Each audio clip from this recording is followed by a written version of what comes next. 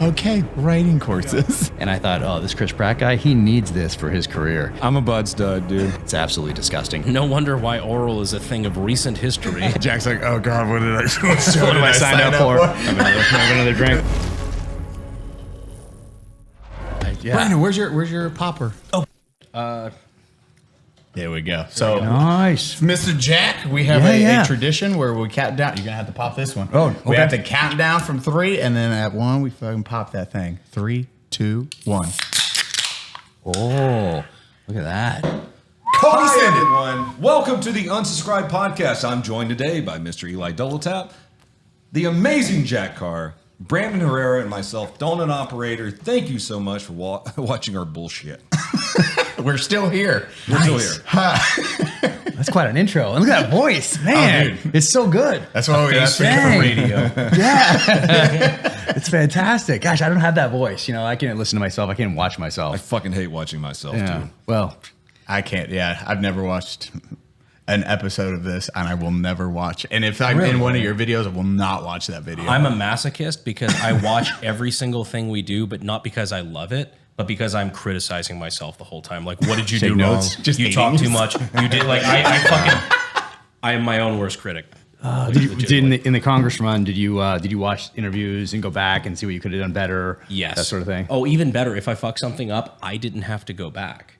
Oh, well, people let you know. Yeah, my opponent would let you know. Yeah, would let me know that I fucked something. How about the up. smaller tweaks? Like if you're watching, you're like, right there, I should have said this. You know what? I can weave into this next time. Or toward the end, we just did so much media that it was hard to watch. It's hard, yeah. When so much starts happening, like the same thing. Is when you start out, you're like, okay, I'm going to watch this, and I'm going to listen to this one, and now I don't listen to anything or watch anything at all. Yeah. It's going to be. Also, I know that I'm never going to get better at it. Like I'm not going to be smooth ever. So I'm not going to try to be smooth. I'm just going to be me, which also I think helps out with that authenticity thing today, which is a little different than being 1985, 1995, where maybe some of that smoothness would have been okay because there was nothing else to really look at. But now you just be yourself, and so I'm just going to do that. And I feel like you kind of you get it to this degree too because you're again having to do like a lot of press tours and things like that. You know how you kind of get in a groove where you're saying the same shit over and over. People ask the same questions, which I hope we're not going to do this time nice. around. No, hey. Hopefully we explore some new territory, but yeah, we can do that. We should have. It's hard. It's like the hardest part is it was the live shows where we had kind of the same routine, and we just flew. That was a weird dynamic where we just went into that and we're like, oh. This is why live show comedians will have a routine and they stick to that routine. Okay. And live show, we really got it hammered by Dallas, and everyone was like, joke. We'd have little in-betweens in there. But you leave room for improv. Yeah, you improv, stuff like that. Fun, but you have your main jokes. Other than that, it's weird as shit doing. Like a live show, you on stage when you're talking about doing a live show? You're on stage. Like sold out theater. We did the podcast live 4 times recently. I've heard of people doing that, but I've never seen it. So it's you're on a stage and it's just kind of like a 500 like people theater? just watching you. Yeah, it was sold out. All of them were sold out. We went Dallas, Austin, San Antonio, and Houston. Yep. And Dallas was the big one. Oh, fuck. And it's just this community, just you walk out, everyone's roaring, and then it's an interactive podcast. I forgot to tell you guys, like 2 days ago, I had a nightmare that we had another live show, and there was like 20 people in the audience out of like 500 empty seats. It was genuinely fucking like it was a nightmare. Do people ask questions, or is it like do you have a different guest at each one, or is it like we do stuff like that? Like we had Angry Cops at one of them. We had Meat Canyon. We had a couple different guests. Okay. Yeah, we'd rotate guests depending on if they were used to being on stage. We had the magicians Chris, Ramsey, and Wes Barker. They were magicians, so they were really good on stage. But Angry Cops and Meat Canyon were like peak comedy because everyone then just plays off each other, and then we're drinking, we're interacting with the crowd. Nice. And Angry Cops going through asking people about their offender's superpower, which we will get to later. Offender's superpower. We'll get to that later. This is a little, obviously did not prep for this at all. No, it's good. It's a little dry for that. We're going to lube it up a little bit before we get into the offenders. Oh man, that's what. So you're bringing when you bring somebody like that on and do a live show, is it bringing partial of like their audience to it as well, or is it mostly you guys' audience? Like how does that surprise? Meat Canyon, who has a massive audience, he was a surprise guest no one knew about until he showed up on stage, and people were like, "What the fuck?" Okay. Angry Cops, we gave him, but since these guys have like 5 million, 4 million subs across, they're doing fine with audience, so people show up and just have a blast. Nice. And we have an amazing community. Take a shot. It's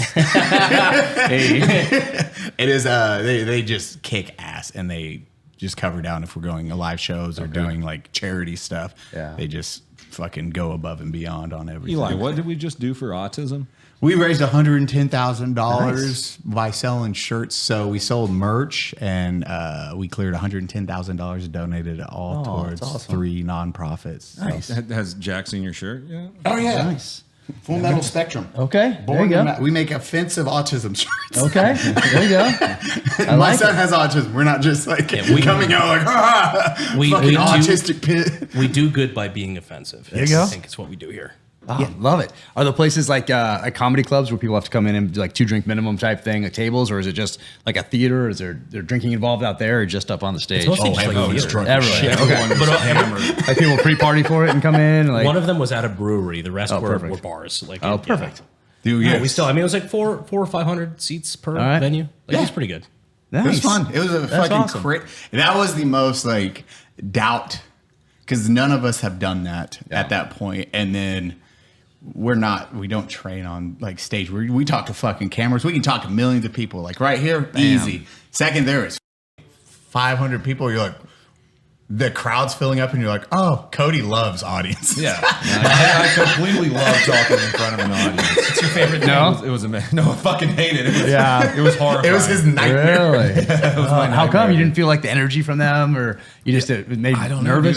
dude. I don't speak in front of audience. Like, Yeah. you know, each one of my videos gets between like 1 million and 3 million views per video, and I'm happy just like talking to my camera. Yeah. But as soon as I'm in front of 500 people, I was just Different. like, I don't know what to do with my hands. Oh, gotcha. That beautiful voice you heard at the beginning. Hi everyone. Cody. No, it didn't. We It didn't happen? We had so many talks on like, you got to get the intro. Oh, Yeah, God, that bit. just do the voice. You know, it And he would didn't go happen. out, and we just Really? like, Cody, just remember, you just gotta start with your life. He'd sit down. It's become a meme. Like Oh, man. when he starts out with the "Hi everyone." Hi no. everyone. Really? Donut here. You just got to put like a camera there and just pretend that. Yeah, I should have done Yeah. that. You guys should have set up a fake camera. Just or to, yeah, he something. doesn't have to be on. Just have it there. Everyone You know? has GoPros on their head. Yeah. the audience is ready, just watching. Man. Like, I'm comfortable now. I don't like speaking in front of audiences. Like I hate that it feels like kind of like a monkey dance type thing, you know, get on stage and do. So I hate that. But I like conversations in front of people or taking questions from an audience, because then you know at least one person is interested in what you have to say. Otherwise you're up there talking like someone asked you to do like a leadership thing, which I don't do anymore. But I did it a couple times at the beginning, and I just hated just it. hate it. Oh, hate it. You're- Because you're like, if you can't figure this out, it's very basic stuff. And like I'm kind of thinking the whole time in my head, like if you can't figure this out, like none of this is going to help you. What was Nothing. like when you're coming, because it's a good segue to, you had to speak when you went from NCO, Yeah. but then when you went to officer, Yeah. you more have to get in front and talk Yeah. to like platoons or teams. What was where you're like, I'm comfortable. I am no longer comfortable. Yeah. Now this is a really big audience. Yeah, that's a great question, because I totally remember this, in that I thought I was very comfortable as an enlisted guy talking in front of the platoon or to the officers or whatever, having the whole thing. But it was different when I became an officer, and for the first time I thought, like, I've done it a million times before. I've briefed a ton of times before, being the comm guy and the sniper or whatever, briefing my parts to the op, whatever it's training or real world. But then it was different when all of a sudden you're there as the O and everyone's just like looking at you. It's like different kind of interaction than when you're just like the E-dog up there and you're talking and you're just like, it's more like interaction like this. But then when you walk in as the O, it's like at first, I guess. Yeah. But maybe, yeah. Like, but then after everybody gets to know you, it's like totally different. So that's the only thing I'm thinking of right now, is the time like before people knew me. Like I got to a platoon with newer guys in it, and I had been around for a while. So I'm coming to them, but I hadn't gone like through the training with them because I was a little farther removed at that point. So I distinctly remember being in there and getting nervous, being like, oh, geez, I shouldn't be nervous right now. Like I've done it a gazillion times before, but for whatever reason, it was just a different dynamic. And then it switches and gets fine after Super that. easy. But I How do long remember were you that. enlisted before you went officer? 6.5 years. Okay. So you joined Good little in push. 94? 96. 96, Came in okay. 96. And then I Brandon was one. what's that? He was 1 year old. All right, seriously. I know. It's a thing. If that. Yeah. It's a thing when you start talking to people who were like born in 2001 and 2002, 2003, and you're like, It still that blows person's my 20 mind, years like, old. talking to people that I see on the day-to-day that weren't born when 9/11 happened. It's crazy. You're like, Jesus, do you even have a soul? It's wild. Yeah.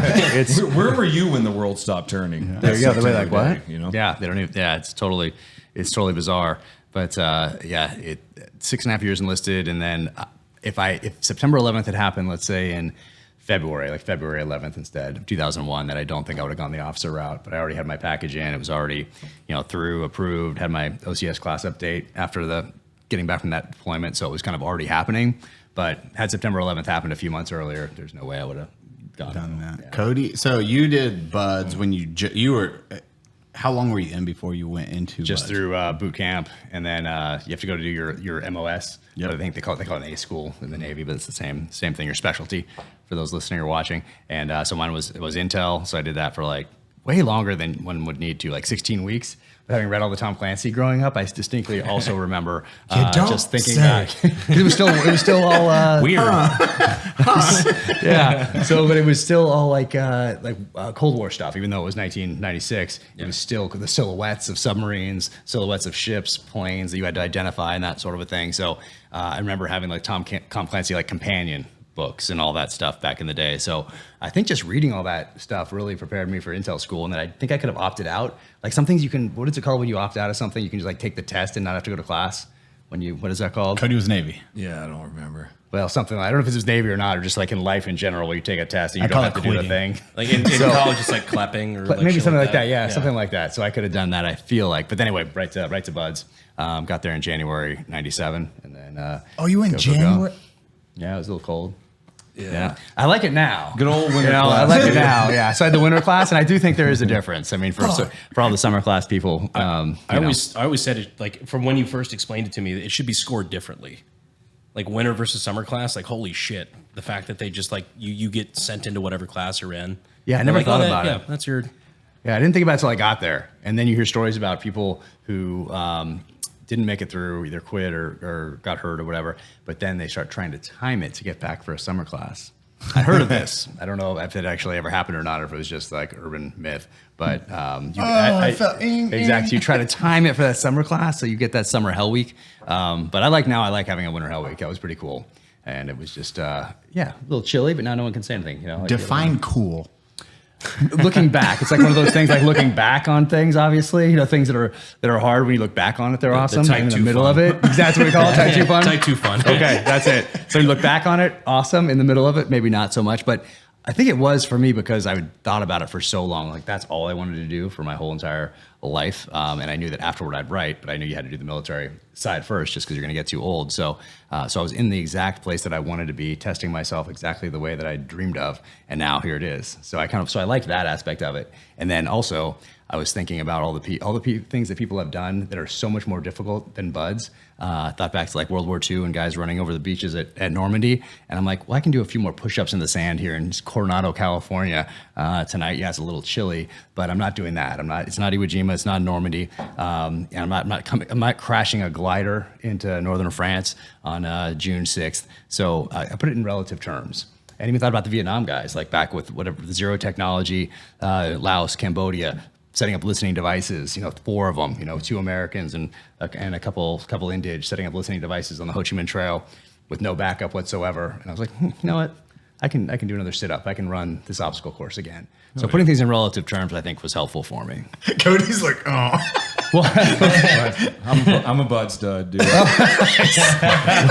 What year was it? 2011, November, fucking winter class, dude. 292. There you go. 292. Nice. Yeah. All right. Yeah. Well, maybe the relative term thing would have helped earlier. I don't know, 12 years earlier. Like, damn it, why wasn't Jack here telling me the relative terms? God damn it.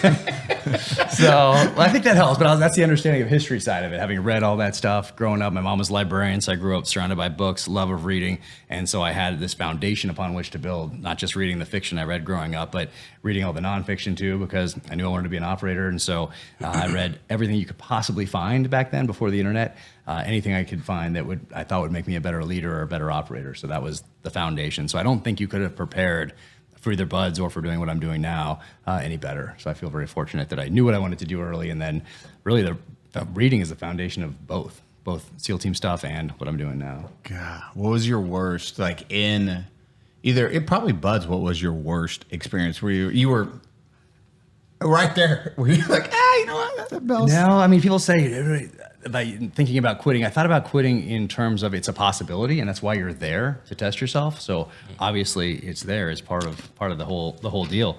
But I think people have been.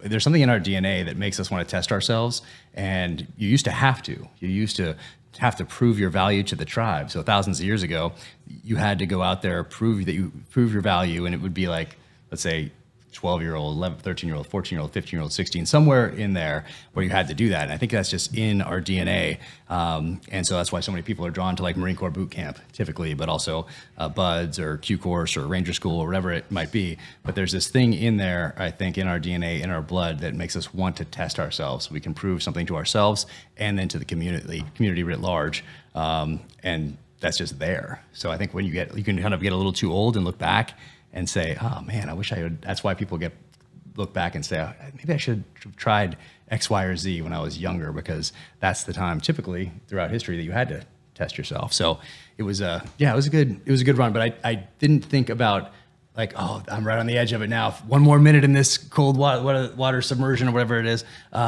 Surf torture, which I think they now call surf conditioning. Because they had to torture's a bad word. Right. So it's the exact same thing. They just changed the nomenclature a bit, but it wasn't like, oh, it can only last 30 more seconds. Like it was never like that. It was just like I knew quitting is an option, but it wasn't an option for me because I wanted to do it my whole life, and I could never go back and tell my friends who I had told since I was a little kid that I wanted to do this. I just couldn't go back and tell them I didn't make it. So yeah, it was fun in that sense. God, that I just knew I was in the right place. Motivated as shit. It's like, no, I'm going to make this happen. But the worst part, I guess, is when you get woken up in Hell Week on like Wednesday, you sleep for 2 hours. But I wish they didn't. You know, it would have been much better if they didn't, because they put you in these tents and it's disgusting. You go in these little tents on the beach, GP medium tents, and so for people listening, it's like a canvas tent that you saw on like MASH in that TV show. But you're in there and you've been up since Sunday morning. And you've been moving since Sunday, let's say afternoon, evening, like running, sweating, and you're just in this tent now a few days later. And so you fall into some REM sleep right away, but your body is giving off these like horrible, it's just disgusting. It's like walking into a wall, but it's like a fog. It's so gross in there. And you're in there for 2 hours, just like breathing each other's like funk. Pheromone, bad funk. And then they wake you up, throw in another flash crash, whatever, and then you're back in the ocean like a few seconds later, just cold again. It's good times. Sounds absolute. It's good times. But I hated taking my boots on and off, as weird as that sounds. That's the thing that like gets me. Like taking unlacing, because I was a flip flop guy before that, and so having welcome to the club. Nice, right? So taking your boots on and off and having to do it when everybody's yelling at you, like I didn't like. That wasn't fun. Dude, Cody, what was yours? Like, were you like, fuck this? Oh, when the Elder Scrolls Skyrim came out. Yeah. So your life story is a little bit different. No. So I got a boat we were doing surf passage and a boat crushed another boat came over us and crushed all of us. And then we were on the rope tower one day. So that fucked you up originally. Yeah, that fucked me up originally. And I'm like, I don't feel so good, boss. And then we were on the rope tower and I fell off the fucking rope tower while I was at the top, landing on my back. Why'd you do that? They wouldn't medically roll me, so I dinged. And the video game came out, Elder Scrolls Skyrim, on 11/11/11. And I was like, you know what? I'm just gonna go home and play video games now. My favorite part, probably though, smarter actually. What was going through your mind when you fucking landed on your back and you're just staring at the sky? The way you described it to me, you're just staring at the sky, and you're like, the new Skyrim's out. Yeah, well, this is the slide for life you're talking about, right? Like the the rope tower on the beach where you the rope climb thing. Yeah, the okay, rope climb gotcha. on the beach. Gotcha. Yeah, so I got to the top and I went to touch it and lost my grip because we just did sugar cookies and I fucking just fell onto the ground onto my back after the surf passage thing, and I'm just laying there like Brandon was saying. It was like my son was like 1 year old at the time. Oh, that'd be and I was tough. like, I'm just gonna go home, play video games, hang out with my son now. Yeah, that's probably the smarter move. But they said I wasn't hurt enough to med roll, so I was like, all right, well, I'll just fucking ding. Dude, that'd be hard to do that with a family, I think. Like I had no family. I shouldn't have brought my attachments. family out there, dude. That's one thing I always think about. It's like I should have left them back home. I shouldn't have had them there in San Diego. John's was that Bud's? Yeah, John was at Bud's. He's one. He's doing surf training. Yeah, that'd be tough. Yeah. That'd be tough because you're focused solely on the task at hand. Like I didn't have anything else to worry about other than prepping for the next day or whatever it was. It wasn't like, oh geez, my wife's mad at me, or like, would I have to spend some time with my kid or whatever else? No, none of that played any factor whatsoever. It was just focused on the training and doing the best I could.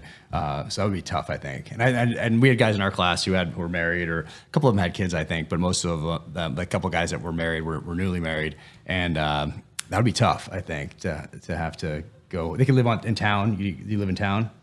Yeah, I was living on like base housing at the time. Yeah. So I was able to drive in every day. That'd be tough too, because everybody else is living like together. You're in these like barracks, and you're cleaning your uniforms, you're hanging stuff up, but you're like together. And then the people that are married go off and have to have this whole other life. Yeah. Which would be tough, I think. Yeah, no, I'm not ashamed of it at all. I went and tried. So there you go. You don't have to work. That's the great thing about anything, not just this, but anything in life. Is like, if you don't try it, then you'll be 90 years old looking back and wondering. So I think absolutely the whole point is to try it now when you can. Otherwise, you'll be 89 years old saying, I wonder if. So you don't have that at all. You don't have to wonder. There's such value in that. Oh man, speaking the truth right now. I like it. What was it? Well, we're getting into motivational shit already. You guys just like, man, fucking start standing over here. Yeah, motivate. All alone? Now time to trim the old pubes. Hey there, beach babe. Are you ready to soak up those summer vibes and get the perfect beach bod? I don't have pants on. Yeah, I noticed. Well, you're in luck, because our friends over at MANSCAPED.com have you covered from head to toe. With the Performance Package 5.0 Ultra, they'll have you looking and feeling good this summer. Trust Manscaped to unlock the confidence you need to turn heads this summer season. Join the 10 million men who already trust Manscaped and use discount code UNSUB at checkout to get 20% off your order plus free shipping. Let's make this summer your smoothest one yet. Keep your ear and nose as tidy as your hedges. With the Weed Whacker 2.0 ear and nose head trimmer, you'll be looking classy as ever. The updated Lawnmower 5.0 Ultra groin and body hair trimmer got a summer makeover. It's waterproof now for all those times you need to shave your groin or body hair at a pool party. So get 20% off plus free shipping using code UNSUB at manscaped.com. The summer sun is here to stay, so trust Manscaped to keep those pubes at bay. So in the military, you're a fucking military guy. Yeah, you can be as clean cut as you want. I know you had an embarrassing story though. Ooh. Oh boy. Which one is this? I don't know. Which one is this? I don't know. Let's rank some. You can do one or two. I'm trying to think. I might have shut it out. I'm gonna put it in a part of my brain that doesn't let me access it. Give me a hint. You're like, I'm gonna like, for you, it's like, for me, I have like, hey, getting drunk, showing up to a piss test where I got drunk 4 a.m. and then immediately 5 a.m. we have surprise piss test. I'm like, And the one where you pretended to be sick? Yeah, I ran to the front. I was like, I'm not feeling good. I gotta go pee. So like, I ran to the front. Why is the piss test? Is it like? But you're not testing for. No, but I was drunk because I went to bed at 4 a.m. just hammered. Oh, you still want to get in trouble for that? Like, yeah, smell alcohol and at 5 a.m. They're like, why do you reek of booze? I'm like, okay. So I just ran to the front. I think most of our class got sent home from jump school because of that. Because we were coming from the push-up capital of the world. At the time, we're going to Benning to do jump school out there, like old school, static line, just like same way. It looks same like those black and white videos from World War II. I mean, same thing. What is it called? What swing tower? What's the thing called? The swing tower. Oh, God. Something like that. Isn't right? it swing tower? It's literally, it has not changed. It's the same stuff. You start with the boxes, like a 2-foot box, and like, PLF, So and then look a little bigger. So they jam 3 days of training into 3 weeks out there. I just did jump school last month, 3 weeks ago. Yeah. I still have my parachute gear in the back of the truck. Okay. And yeah, I had to realize I had to learn PLF and all that shit. But I crammed it into 24 hours. Okay, exactly. Yeah. So I did all 5 of my jumps. Totally possible. Yeah. I mean, just like jump out, like that's it, pretty much. Yeah, tight body position, right, like that, and then just like hope for the best. Count to 5. Is it count to 5, and then nothing happens? Yep. Like then pull that reserve. Count to 5 or 7, depending on what kind of shoot I think you're doing or what kind of aircraft. And then then realizing it's balls of your feet, calf, thigh, lats, shoulder. Feet, ass, head. Yeah, feet, ass, head. And you bouncing around. The thing that I think of often after having done it a bunch, because like the next day I woke up after doing 5 jumps. Yeah. I woke up feeling like I got hit by a car. Yeah. And then realizing like, holy fuck, somebody did this for the first time. How old are you? 28. Oh, wow. So I was going to say that most people doing that are young, but you are young, so never mind. Yeah. but I'm thinking like for people that were doing it like before this was a certified thing, like before they could teach you PLAP, before they could teach you when you got an additional how to be a paratrooper. Was it $2.50 paycheck? I think back in World War II. Sounds right. It was something like that. So to be airborne, it doubled your pay.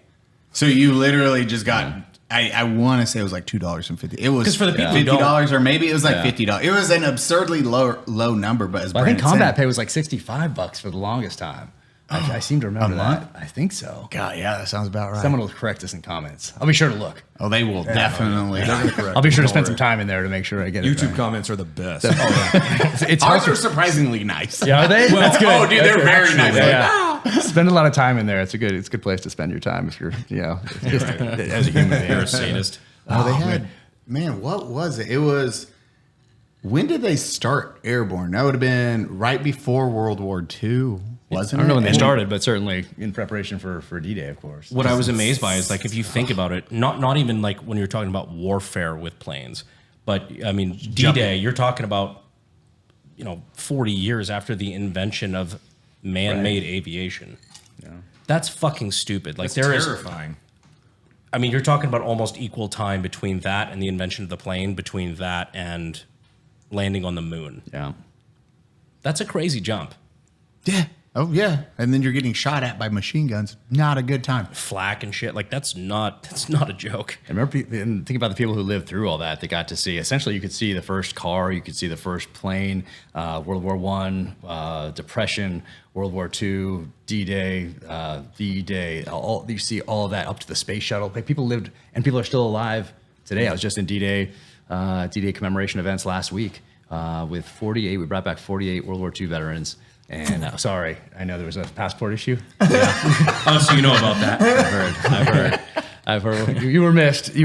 I'm very jealous because, as I've said before on the podcast, like that is such a crazy event because I knew this before I agreed to go. Like that is momentous because this is probably the last 10-year increment that the people that were actually there, the men that actually stormed that beach, are going to be there for that event. Yeah, that's a crazy thing. It was really heavy. Yeah, no, it was incredible, and I was there for the 78th as well. Brought my daughter for that back when she was 15, and so she's standing on the beach, and she was there for this one for the 80th as well, helping these World War II veterans because they're either closing in on 100, at 100, or over 100 years old now, and so you have to get them in and out of their wheelchairs, get them to the events, make sure they're taking their medicine, make sure they're eating, like doing all that stuff. So you really have to be on it. But she gets to stand there on Omaha Beach, looking out at the water, looking back at the bluffs behind, and having a guy talk to her about being the first out of his landing craft, what that was like, coming out into the water and running up this beach. And he was telling her exactly how far the water was out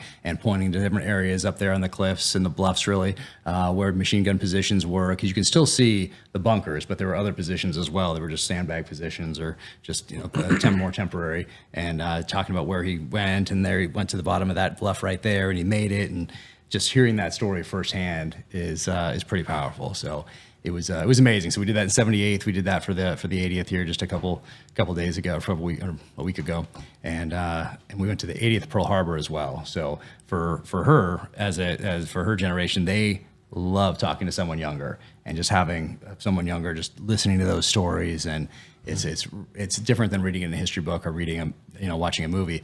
But I think also we think of Tom Hanks and Saving Private Ryan, who he was probably like 45 when they made that show, something like that.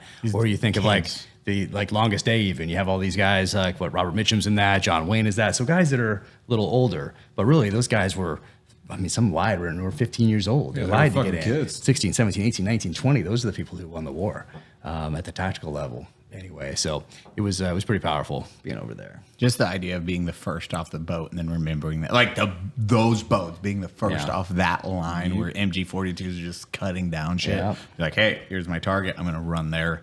Hope as many of my team can get there. And then you're just reconnecting with random people. A lot of the times you're like, hey, we got to make a new squad. And on top of that, remembering exactly where you went, what you did, which bluff you were like right up under 80 years later. Most people at that age don't remember what they had for breakfast, and you immediately cue in like, that's where I went. Yeah. That's what I did. It's amazing. That's incredible. Some fucking core memory right there, though. Yeah, I think that's a good core. It's grained in there after that. That's what you don't forget. That's what you don't forget. Unfortunately, this is not getting deleted. Yeah, yeah. And then you have guys that, of course, with that technology, finding these drop zones, finding these areas for the gliders to land. Imagine that, landing a glider in 1944 and getting semi-close to where you're supposed to land, and the Germans putting these poles up in the ground so that your glider would come down and just get crushed. Wait, hold on. Gliders? So this is the one story. gliders. Yeah, I don't know this story. Gliders? Yeah, so gliders were a big deal in World War II, and it wasn't the gliders that we typically think of with a pilot and maybe somebody behind going for the ride. I mean, these guys, they're stacked in there, and there's Jeeps in some of them. You can put a Jeep in these things. They're towed up, lines cut, and over the English Channel, there they go, and they had their landing zones all set up. But the Germans, of course, knew that these fields, so they flooded the fields, and they also put in these poles so that a glider landing would just get crushed. So one of the guys we were talking to, he came in, landed, and these two poles took off the wings, and they landed right in between. So it took off the wings, and he landed and survived. Just crazy. So she's talking to people. My daughter's talking to people that did that. Tom Rice, first out of his stick. He his 101st Airborne. He passed away in November of 2022. But she got to be there with him, talking to him about what it was like to jump out just into the darkness. And then of course you're off course a little bit, and you got to figure out what to do without your GPS, without your cell phone, without your sat phone. That's what we were talking about. I think 2 podcasts ago we were talking about, like, would you rather be an airborne guy on D-Day or one of the guys coming out of the amphibious landing craft? And like, I think all of us agreed, like, you'd rather be a paratrooper, but at the same time, you got to remember you're not going in with any sort of comms. You're going in the dark. And when you land, you are in enemy territory with no way of communicating with your guys, and you just link up with fucking whoever speaks English. Yeah. That's terrifying. Oh, yeah. No, it's amazing hearing these guys talk about it. And yeah, also, I don't think there was time to hit that reserve if you needed it. They were coming in pretty low. I forget exactly. I think they were lower than that. I'm not positive. It's combat because it's combat drum. So you're trying to just get to the ground as fast as possible. Because your comments, thankfully, last time, planes, if you're shot out of a plane and you have a shoot, then you can't be shot at. You can be shot at. You can shoot at deployed soldiers, though, if it's like airborne soldiers. If they're in parachute, you're allowed to light them up. Holy fuck. Yeah. 500 feet? What is it, Brandon? Ideal conditions on D-Day, like the low jump they allowed us because we were planning on jumping in Normandy, right? And so like for jump school, they were saying 1,200 feet is what they told us. Ideal conditions on D-Day were to jump at 600 feet. But in reality, while anti-aircraft fire forcing pilots to scramble, paratroopers dropped anywhere between 300 and 2,000. Jeez. Yeah. That's ridiculous. Yeah. Jeez, back when it was hard, Fuck. But then those guys came home and they started businesses, they started families, they built this country into what it is today. Yeah. And you don't hear too many stories about them whining, complaining, maybe because there wasn't social media on a place where they could do that.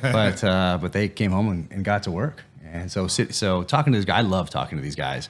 But you're right, they're probably not going to be around for too much longer. So I treasure every moment that we have with them. So I try to tell everybody, if you know like a World War II veteran somewhere, like go see them, go talk to them, record it. Come to the show. Anyway, if you got family or friends out there that are a World War II vet, we would love. We will.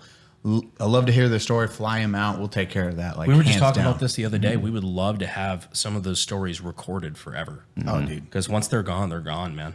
Yeah, I was out there with the Best Defense Foundation, and that was more the main focus this time was to make sure that they've done it since their inception, but really make sure that they're on Omaha Beach, on Utah Beach, wherever it is, and talking to the guy, telling the story right there, and capturing that for forever, for future generations, really.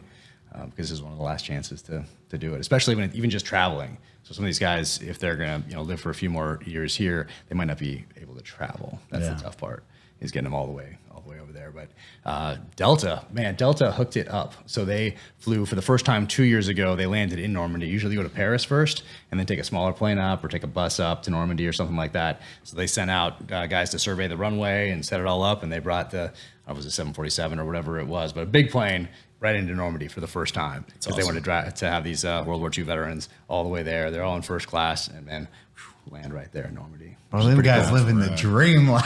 It's pretty cool. And then they come out, and there's all of northern France is there. More American flags in Normandy in June than I've ever seen on 4th of July in the United States. 101st Airborne flags, 82nd Airborne flags.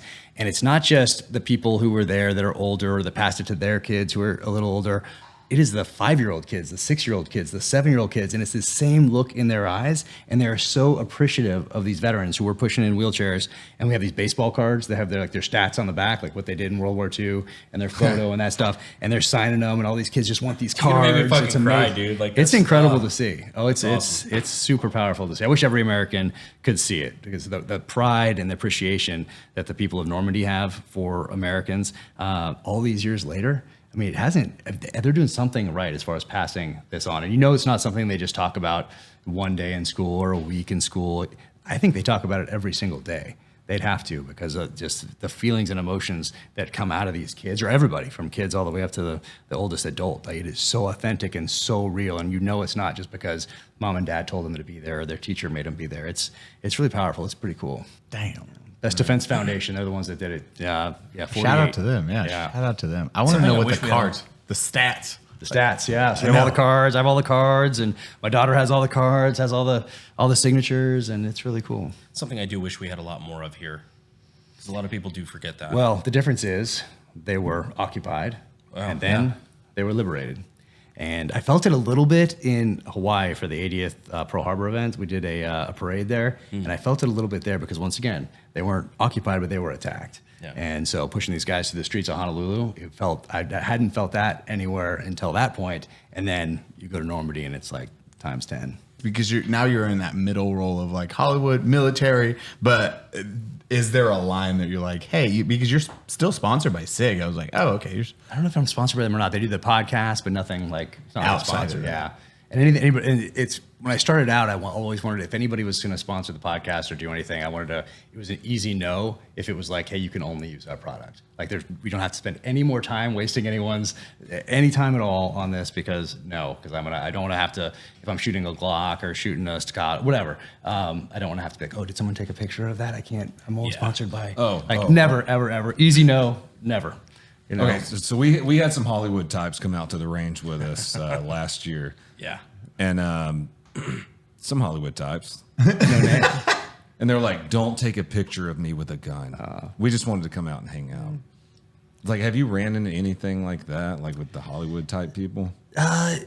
Not really, because the people that are involved in our show, I think in Hollywood you can get away with it if you're training. Like Keanu Reeves proved that you can do that. You're just training for a role. And you don't have to say what you think about any of this stuff. A bunch of fucking A-listers. Basically anybody who goes to Terran gets away with it, yeah. So I think that's a way, like, I'm just training type thing. But I mean, all the guys that I know, they're just like normal dudes, but I can see that, oh yeah, I'm just training. So you can kind of get away with it that way if you're worried about it at all. And I think you hit a certain level, probably, I'm just guessing, like a Keanu type of a level where it doesn't really matter anymore. Yeah. But I don't know. But certainly I don't worry about it because I don't want to spend my life worried about those sorts of things. And especially now, I think we talked about that a little bit earlier, that authenticity piece. Like, people, like, I can't be anybody but myself, but if I tried to, I think people would see through it in a heartbeat. And it would be exhausting for you anyway. It'd be like, I don't know, it'd be awful. So yes, I don't really worry about that. So I just try to be thoughtful really about anything that I do. So it's not necessarily being worried about the political side or whatever else. It's more just who I am. I want to be thoughtful about anything that I do in life. So that's just kind of. I mean, so you don't ever have to stop yourself from saying certain things in front of that crowd? Not that I wouldn't have stopped myself if I didn't have a book or a show or anything like that, just because I just try to be kind of thoughtful about it, So it's just kind of very natural for me to, I guess, take a second to think about things. So I don't really feel like I'm cornered, like, oh man, I wish I could say this, but I can't because I wish never. No. Oh, okay. That's good. Awesome. The thing that I think drove me crazy about it with the Hollywood folks that we had out at the range, like the last year or 2 years, is that you could tell that they were yearning to be free in a way. See, that would be hard. They loved everything we were doing. They loved everything we were about. And they're like, yeah, we want to do this, but we can't because we have a contract with so and so. So please don't get me on camera with a gun. Oh, interesting. That part. If you don't believe in it, that's one thing. But the fact that you do, that'd be tough. Yeah, I've not run into that yet. Not to say that I won't at some point run into somebody that has that sort of I don't know contract or whatever else, but I haven't seen it yet. Just the pushback they get. Even I had friends. They just posted like one went to a gun range to start shooting and training, and their community absolutely destroyed them. They pulled the video. They're like, well, never mind. I cannot do a single post, even though I want to show that I'm training and learning how to use this, because one of their friends just had a home invasion happen. Oh, wow. And it was the guy didn't find. They were in the home. They just hid in a closet. Guy was like waited at the top of the stairs, just waited. No one was there. He was trying to take the wife because it was his. The story I told. Yeah. Wait, is it my friend, the Austin? No, different story. Fuck. Oh yeah, this is my friend. Like, so they just like downstairs. The dude went downstairs, went to his car, and himself. But because they couldn't find the wife or the guy breaking one shot himself. Yeah, the guy broke in because he was there just to steal the wife, because the wife wasn't happy and he knew that, so he was gonna get her, save her, and so he went outside to his car. Boom. Police showed up and they had it all on security cameras. So then other friend group, they're like, we probably should get guns to like protect ourselves. They posted about getting a gun and training, and immediately the community's like, you piece of shit. And you're like, wow. I know exactly who the fuck you're talking about. I didn't realize it was the same person. Yeah. Somebody who used to work with him told me about that not too long ago. I honestly thought that story was overblown a little bit. Dude, that was, I gotta watch the footage. Well, I didn't know that footage existed. Yeah. Didn't he say afterwards that he still didn't want to get a gun? Yeah. I think that was one of the things. He said that, and then my friends were like, I want a firearm because of that whole situation. At least raffling. I mean, at least it woke up some people to it. But if you're too much of an ideologue, like nothing can penetrate that. Yeah, I don't know. I mean, it's very odd that someone would get mad at these people, whoever it is, for wanting to defend the gift of life. Like, that's pretty much your responsibility. Like, that's day one, week one, stuff right there. Not just protecting your life, but if you have a family, then protecting obviously your spouse, your kids. Like, that's your number one job. Like, that's it. And then you can build from there. But that's the one thing that you have to do. And you used to, for most of human history, you had to be good at that. You had to be good at the hunting, had to be good at the fighting. Otherwise, you weren't going to be around much longer, and neither was your community, your tribe, society. So it's a very natural thing. So I gave my kids for my retirement ceremony, I gave them a nautical compass and a Bible with their name on it, and said, hey, here are things to guide you. And then I gave them a leather-bound copy of the Constitution, Bill of Rights, and then I handed them this Winkler tomahawk, and I said, and here's the means to defend it. So it's that defense of this gift of life it's so strange that you could be talked out of the importance of defending this gift. So, so I don't really worry about talking about that sort of thing. Like, I like, dude, that is a dad right there, where you're like, here, and a tomahawk. Fucking get it done. I mean, you used to have to. It used to not be an option. 100 years is literally in the last 100 years is the only time we're not a hunter gatherer or struggling to survive. If you're going across just to go mine gold back in like 1800s, 50% of you dying on the trip out there. Well, someone was talking about it the other day, and they said it was a certain year, I forget what year it is, where where people started to have their first hot showers. Like, you used to just not have, let's say, I don't know, 100, let's say 100 years. It wasn't like normal to have a hot shower. And now it's quite normal. Now you don't have a hot shower. It's a thing. Pretty awesome. Which you understand back in the day why bathing wasn't super popular. If it was always cold, you're like, all right, well, at that point, I almost get it. Yeah. Have you seen Shogun, that show on? No, but I hear it's really good. Yeah, I've watched the first 2 episodes. I haven't seen the third one yet. I'm about to move into the third one. But they're talking to the main guy, and they want to bathe him. In Japan, they want to bathe him. And he's like, I said something about having I bathed already once in the past 2 weeks already. Something like that. So yeah, it used to not be a thing, being as cleanly as we dick are. Cheese all day long. All day long, dog. Stinky nuts all day long. No wonder why oral is a thing of recent history. I guess. Babe, I'm not doing that thing. Yeah. Babe, I taste from there. Jack's like, oh God, what did I sign up for? Another drink. That's what the drinks are for. Necessary. Not just thirst quenching, but not delicious, but necessary. Yeah. We can use it, and then the community will be like, well, fucking Bob. It's weird watching, or it's awesome watching certain guests come on, and then it's this veil that like slow, especially with booze. That's what Demetrious is the best. Like Demetrious, like I'll drink one. Demetrious had like 4 in a shot. He made us do a shot. Oh yeah. I think my shot days are behind me, unless it's like for a big thing, not just going out like a normal going out type thing, but it has to be like an event, you know what I mean? Like someone passed away or somebody did, like it has to be something. Yeah. Like I feel like those days are behind me. Yeah, we weren't going to fight Mighty Mouse on that one, though. Okay. If he wants to do shots. Yeah, some people are going to. Yeah, exactly. Yes, Demetrious Johnson, we're going to do shots. Yes. You're doing a shot. Yes, sir. Yes, sir. There's pound for pound king. Yeah, no, understood. But I think some of those things, maybe if you don't have to, unless it's him, unless it's somebody, and that's an event though. That's like a thing. It doesn't happen every day. No, sometimes on the podcast it happens too frequently. Let's have a drink. Twice a week. Let's have 2 drinks. When we only film the podcast like a week and a half out of the month, it kind of happens every day a little bit. Okay. Because we backlog, so we'll do like 4. Like we'll do 4 in a week, and then that's our month schedule. Yeah. So it's like. It's always a hard week. My liver. I'm the old one. Cody's the second oldest. Brandon's young, so he's starting to experience hangovers. You know how they start hitting, dude. I've read about it. Yeah. one or 2 hangovers. You can always tell when it's the last podcast we've done out of like a string of 5 or 6, geez. where like our clothes are tattered, something's on fire. We're just like, our skin's welcome red. to the Unsubscribe podcast. Hi, everyone. Where did the name come from? Do you guys talk about where the name came from? Is that a thing people know? I think it was just a funny idea. We just thought by the way that we speak and the things that we say, people were going to unsubscribe, but they just keep fucking subscribing. Thank you, everyone. Thank you. We love Thanks you for that. for that. Hit that button, right? Yeah, click that button. Click that button. That notification bell, and leave a comment below. Dang, there it is. Also, like, look at that, subscribe, and whatever. Hit that motherfucking like button. There it is. There it is. You gotta make the ask. Keep fucking clicking. We're like, dope, that's awesome. Oh, man.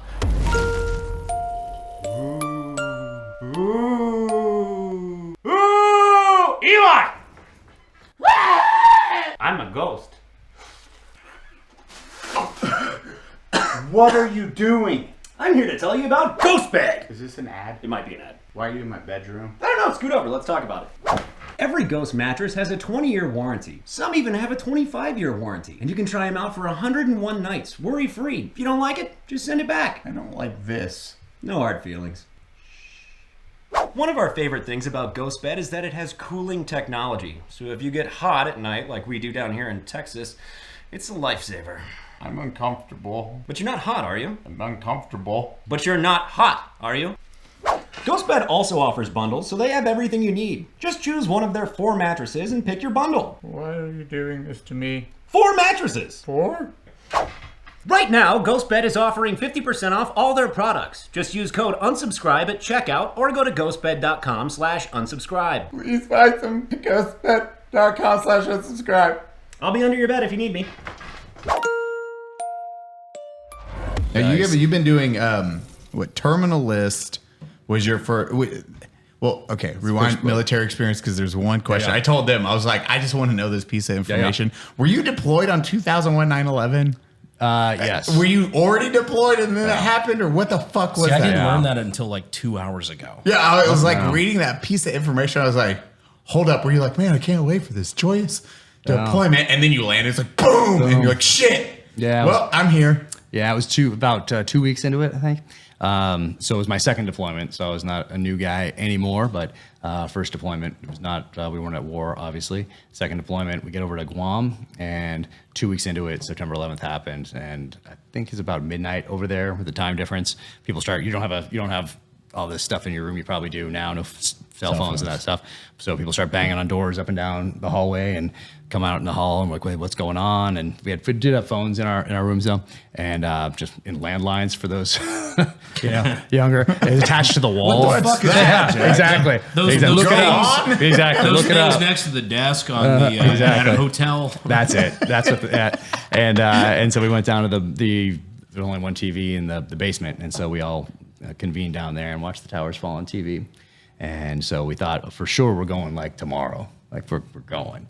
And it ended up being a couple weeks till we went, but I went right away and did some personal protection stuff for what was then called Commander Singpack Fleet.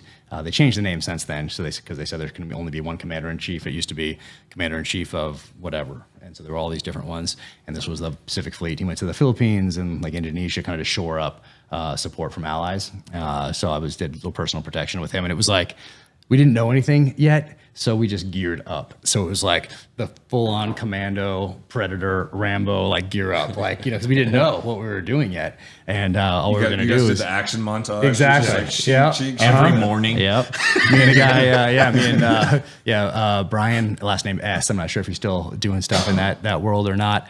But and he was a big dude. But we went out there and just kind of put a bunch of guns and knives all over us, type of a thing. So we didn't know what was happening, and then got back to Guam. All our stuff was palletized, and we thought we were going right into Afghanistan, but instead, Team 3 ended up going to do that. We landed and took their mission in Kuwait, which was the shipboardings. So it was like, and that was the only game in town before September 11th. And after September 11th, that's not what you wanted to be doing. You wanted to be in Afghanistan. So it was like to enforce the UN embargo. So ships coming out of Iraq, and then they take a hard left-hand turn for Iranian waters. So you had a certain amount of time to get on those ships, take them over, and then turn them back in international waters, and then have a prize crew who actually knows how to drive these things because they were big tankers. And so that was a little dicey because they'd make sure it was bad weather when they would make their break. And they took barbed wire and put them all over the deck so you couldn't do a fast rope because it would get fouled. So they had barbed wire all over the decks. And then they'd cut the ladder. So if you get on that deck, so a Class 3 tanker, I'm going back to the memory banks here, so please correct me in comments. Correct me in the comments. Don't you do it. So it has that like superstructure thing, and then there's the deck with all the stuff on it. So they cut the ladders. So you'd have to climb onto the ship from a boat, like you climb up this caving ladder. And then once you got on, you'd have to do that again because they cut the ladder. So you'd have to hook again, climb up here, and then all the doors were welded shut. So then you'd have to use the torch or the quickie, both in conjunction, to get in. And you hopefully weren't in Iranian waters because if you got too close or went over that line, then you'd have to get off pretty quick and get out of there. So it was interesting. That's fucking gnarly. Yeah. You're just glazing over. He's like, we're like, go on. Like, That's wild. dude, crazy. I can't remember what the little ladders, like the little wire. Caving ladders. I think they use them like CrossFit stuff now. Don't they use them like CrossFit stuff? It's like one of the things. Dude. You gotta like climb. If you guys have never seen them for before, time. They're hard as fuck to climb up. No balance. So Jack was climbing up those on the side of a ship. They're this wide. Yeah. They suck very bad. Jamie, pull it up. There we go. Jamie, did you get it up? they Good, suck. good. Nice. Now show a CrossFitter. Jamie, do a pull up. Now show somebody in full gear trying to climb one of those. Oh, yeah. That would have been so fucking awkward. And you're an old You gear. got your rifle in full gear. And it's just like, these suck. Because you were in old gear too. You weren't in like the stuff that we would eventually get you had, like, after the things old age progress. gear, Like, like, old yeah. stuff. So and you had it's body armor. I had a radio on my back. We had MP5s though, which was cool because after that's rad. Yeah, because soon after that, those went by the wayside and everything went to M4s. But we got to have the MP5s, which made you kind of feel like 90s steel, you know, like little Charlie Sheen action. Mark 23. So did that. We are leaving.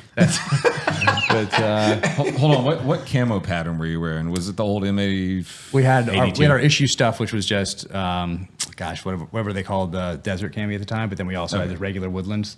Gotcha. M82 So, and Chalky but we bought black stuff. We bought like on just regular black, like ninja cami type stuff. So that's what we wore pretty much. It's just we bought them on. I think we got them from Tactical Assault Gear in Coronado, California, and had it shipped out to Kuwait, and then we just wore blacked out stuff. So cool. Buy your own gear. Yeah, buying our own gear. Exactly. How cool did you feel though? You're like, oh yeah. Well, you're doing fucking something, ninjas. but you would have felt cooler if it was before September 11th because you're like, yeah, nothing else was happening right now, and we're doing the shipboarding stuff, and now all you wanted to do was get into Afghanistan because we thought we'd miss it.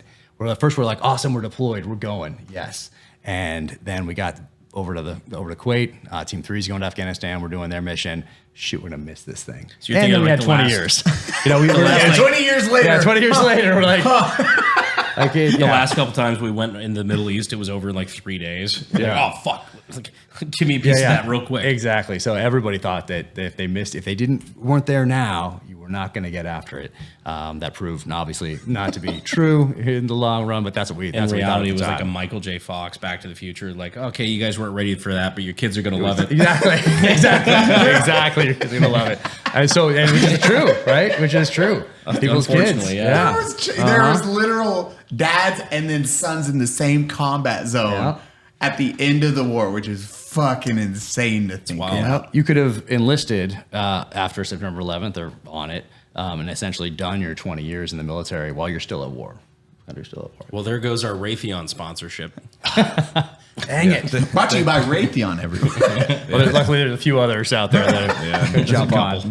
Northrop Grumman hates us now. Really? Why? What did you guys say about them? Nothing yet.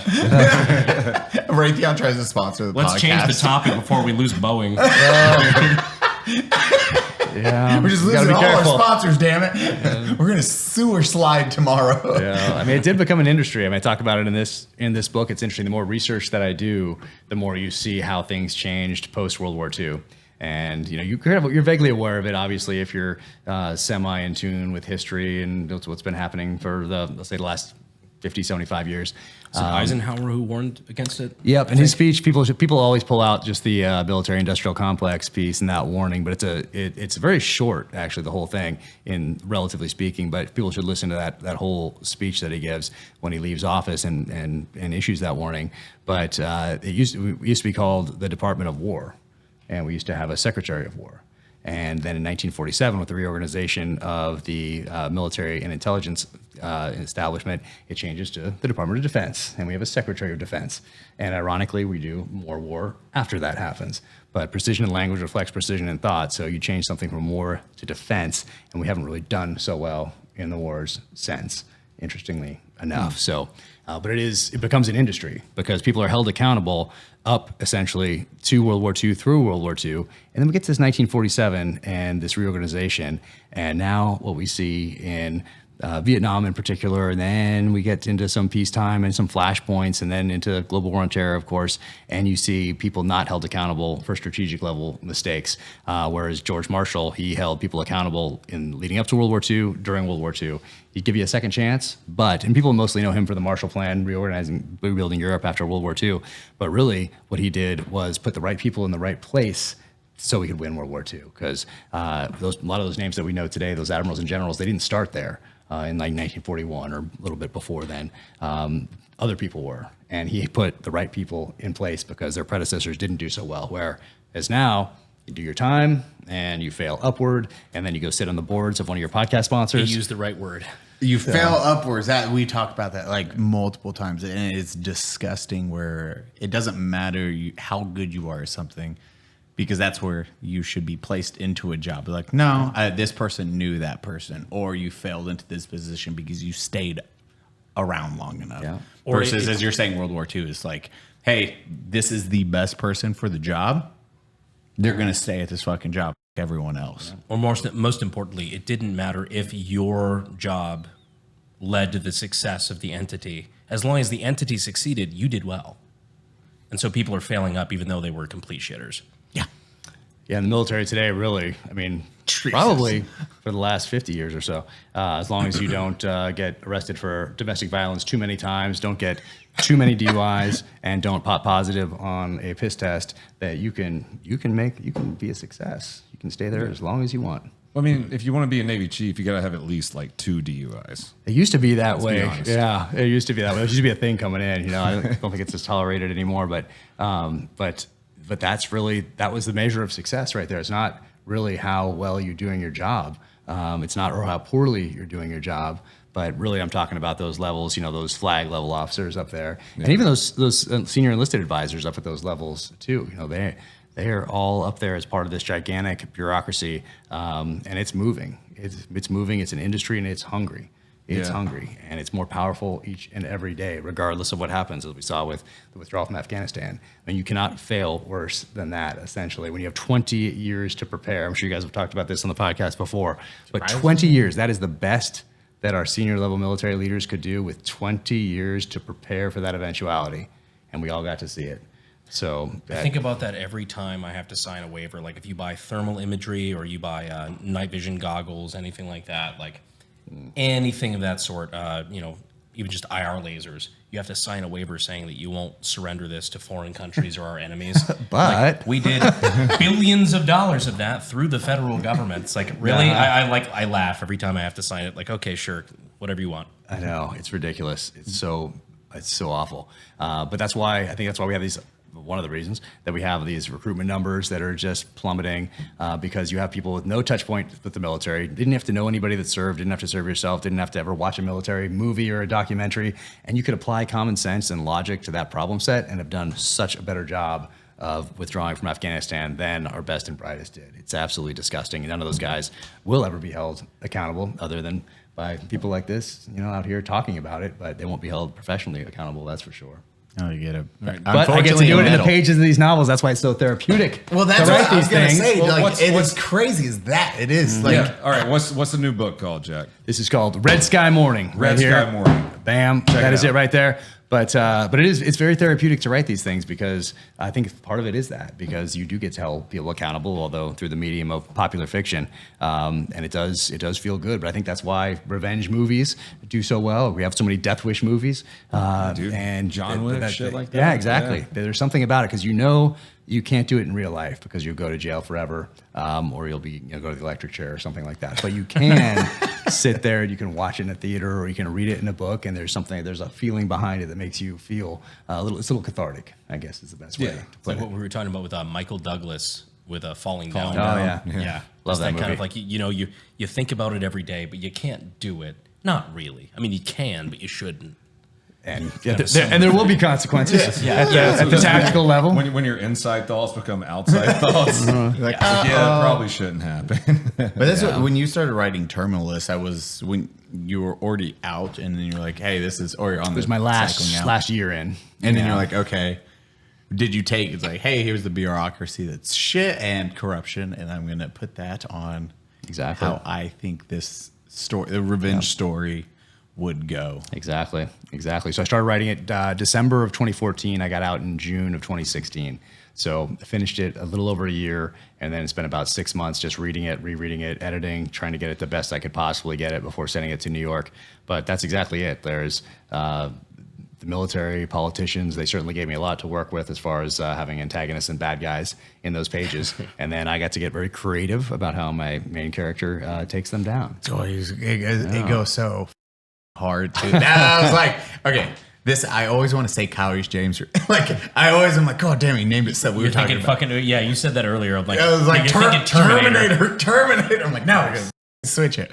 But how you created that character, and then watching it come to life on Amazon was fucking insanity. That was one of the few series that caught me off guard. I was like, okay, here is the bad guy at the point, and then he's gone. And then it's like you're already at that revenge part, and it's already well past that. It's like, okay, this goes deeper. And how you did a revenge story was more on the lines of, like, I don't know if you watch Korean revenge flicks.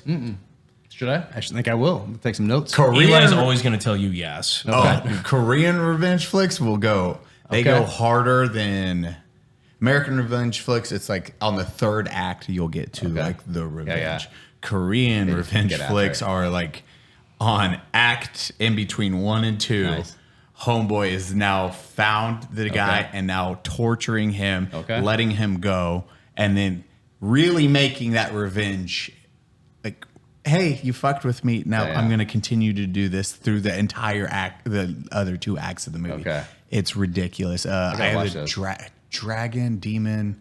I met the devil. I met the devil. Okay. I met Start the with devil. that's a good starter. Eli's being Eli. Yeah, Eli. Could you say I met the devil in your Asian accent? I met the devil, you know. All right. Okay. Now say Korean revenge flicks. Korean revenge flick. Okay. I gotta watch this. All right. I'm taking notes. I need a little racism there. Dude, you guys are gonna love. Because have you guys watched I Saw the Devil? No. Every one of my friends that have actually watched it, they're like, holy fuck, America needs to do revenge flicks like this. It goes hard. Homeboy's police detective. Why? This is not spoiling anything. This is like first 10 minutes.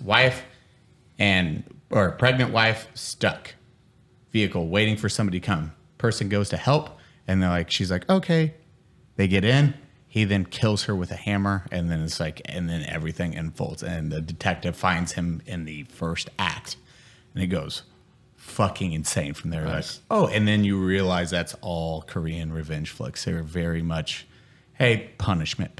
Right. Completely different than America. All right. But you did very good on. Oh, thank you. Here, I was like, oh, that happened in middle of Act 2. Okay, I don't know where this is going now. Yeah. If it's okay, like I'd love to talk about how that process proceeded from writing your initial book to getting on Amazon with Chris Pratt playing your main character, because that is in my mind, that is a huge jump from your first book to getting it on Amazon, pushed to everybody's, Burger King cup. Yeah. That's awesome.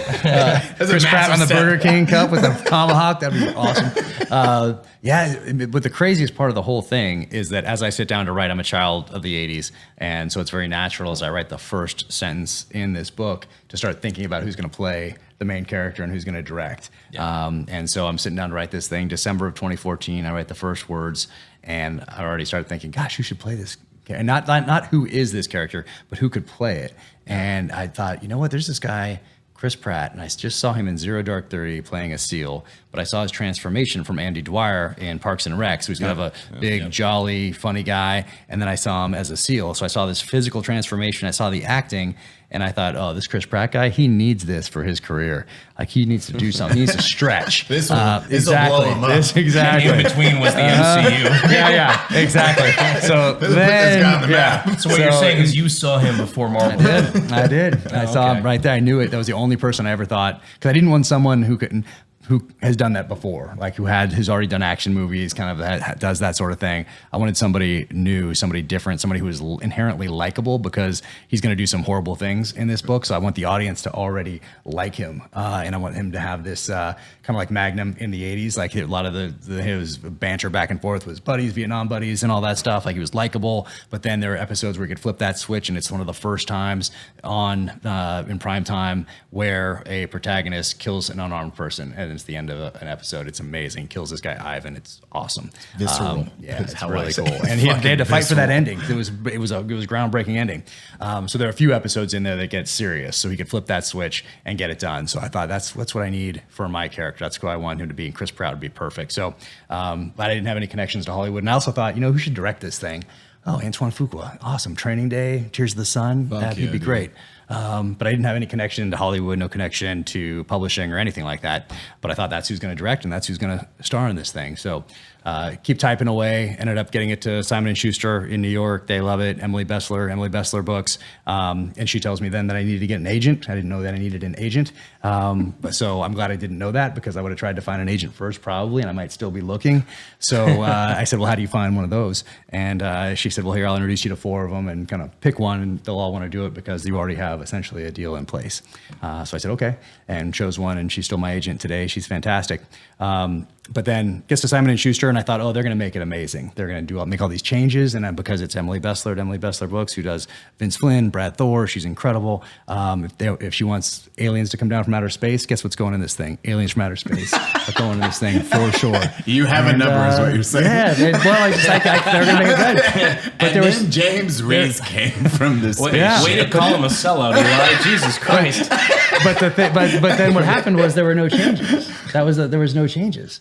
And so I thought, oh, that's interesting. It was the content changes were along the lines of... Did it change anything? More along the lines of, hey, describe this for someone who hasn't been in the military, or that sort of a thing. Yeah, very, very, that's about it. That's amazing. Yeah, because that's one thing that I've always given you credit for in that regard, and on your descriptions, is like I've read parts of your books where it's like, okay, and then he pulls back the hammer on his custom 45 camera. It's very detailed for gun guys. It would be very odd for me not to do that. I couldn't just say he picked up a pistol or he grabbed a shotgun or whatever. Like it's not in me to do that because those things tell a story. It's like painfully clear to me. Dude was a Navy SEAL. Dude was a Navy SEAL. But there's a lot of Navy SEAls or people who aren't gun guys. You know, I mean, there's like people assume that just because you're a SEAL or you're SF or whatever, or a Ranger or whatever it might be, that you know gun stuff. And that's not necessarily the case. You might not be, you might not even know anything about the Second Amendment. You might only know what was issued to you. That's that sort of a thing. Yeah. And that's probably more prevalent than the other side of it. So I was interested in all that stuff before I went in the military. I mean, growing up, I was reading Soldier of Fortune, the Gung Ho magazine, which was awesome back in the day. I think it had a short-lived run there. It was a Soldier of Fortune spin-off, but I still have the SEAL issue to this day. So no big deal. It's gonna be worth something one day. Like my dad, like you reminded me a lot of my dad because he grew up on all the Tom Clancy, the Soldier of Fortune, like stuff like that. It was a great time to be alive. I'll tell you that. I love the 80s. I would go back today if I could. I'd go 1980 to I think 91. When did Terminator 2 come out? 92? Yeah, 91, 92. 91. I think it was 91. So when it peaked, that's when cinema peaked. I think it peaks right there. At least the 80s cinema peak. You can still call it 80s cinema, I think, even though it's the beginning of the 90s because there's a little bit of overlap every decade. But I'd say 80 to maybe even 79 to 1991, I think. Or when did Use Your Illusion come out? Guns N' Roses, probably around the same time right there. That's a Brandon question. I think I'm just going to go. Roses, I want to go right there. Why do you think I know that? I know you like Brandon was music. born in like 2000, dude. Not 2000. Brandon was born way 95. It was still. God, it's possible you were made with that in the background. It's possible. I hate that. That's actually very like this song. It's possible. But He's like, damn it. Yeah. God, Jack, do you know what sucks about Harry Potter? 1991. 91. Man, look at that. Nailed it. He's like, I got this. You know what sucks about Harry Potter? Possible.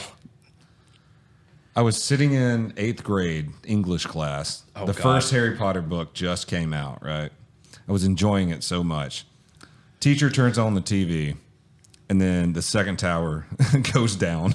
Wow. It's like, so I've always related Harry Potter with 9/11. Wow. Havana Kedavra. Wow. Like, I was loving Harry Potter, and then I was like, oh shit, 2,000 people just died. Okay. Yeah. So I've always related Harry Potter with 9/11. This is one of those connections in my brain now. I read with the Death Adder. What's the second one? Deathly Hollows Part 2 in Iraq during mid. Really? Yeah, we were just doing transition to Bakuba or Moqtadiya, and that's when I read that book. Where like I had a 2-week leave, came back, and then flew. Isn't back that weird? Like we didn't get leave, but was it weird doing leave in the middle of a deployment? That seems odd. Bro, what's work? Okay, so we did 16 month. I did a 16-month deployment. It was fucking That sucked is- during the search. which- so sucked dick. So, and you weren't the first person to do that. They had, I think in 2004, when I was there, guys were going to the airfield to go home. That advanced party had already left at the year mark. I think it was a year mark. Maybe it was 14 months. Bill can look it up. People had gone home. I think some were from Alaska. I think they were from multiple places. But then they got turned around at the airfield. Everything's palletized. They're going home. They get turned around at the airfield. Actually, I put it in a paragraph in the first book. Guys had to come home back. They were already that advanced party that leaves to go home to kind of prep things to accept. Advon. And they had to come back to Iraq. And I think that some of those guys didn't make it then after like them. They got hit by something. And dude, I felt bad for. I remember like a handful of guys, Mulkey and a couple others. So we did a 15 to 16 month deployment. That's insane. And we were surge. So it was like tip of the spear here, like boom, boom, boom. I had buddies that 1 month in, like 3 weeks into deployment, they're sent on leave Because you have to stagger everybody. Yep. So they're sent back 1 month in to combat, and now they're 2 weeks gone. They come back. Now they have literal 14 months in country. Where mine was perfectly at the 7-month mark, where I was like, cool, 2 weeks, and it's weird because you land. Texas is 90 degrees, and I'm like wearing full like pants. I'm like, oh, it's really cold here. Because at the time it's like 130 in Iraq because it was like August, I think, or July. I remember 127. And then rooftops and all that shit. You're just like, this is garbage. And you did sniping. You probably did rooftops then. Yeah. Yay. Rooftops at night, go down a level during the 100, day. 100 degrees at night. And you're like, whew, this is nice. If it gets 90s, Did you at least get a breeze on the rooftop, or?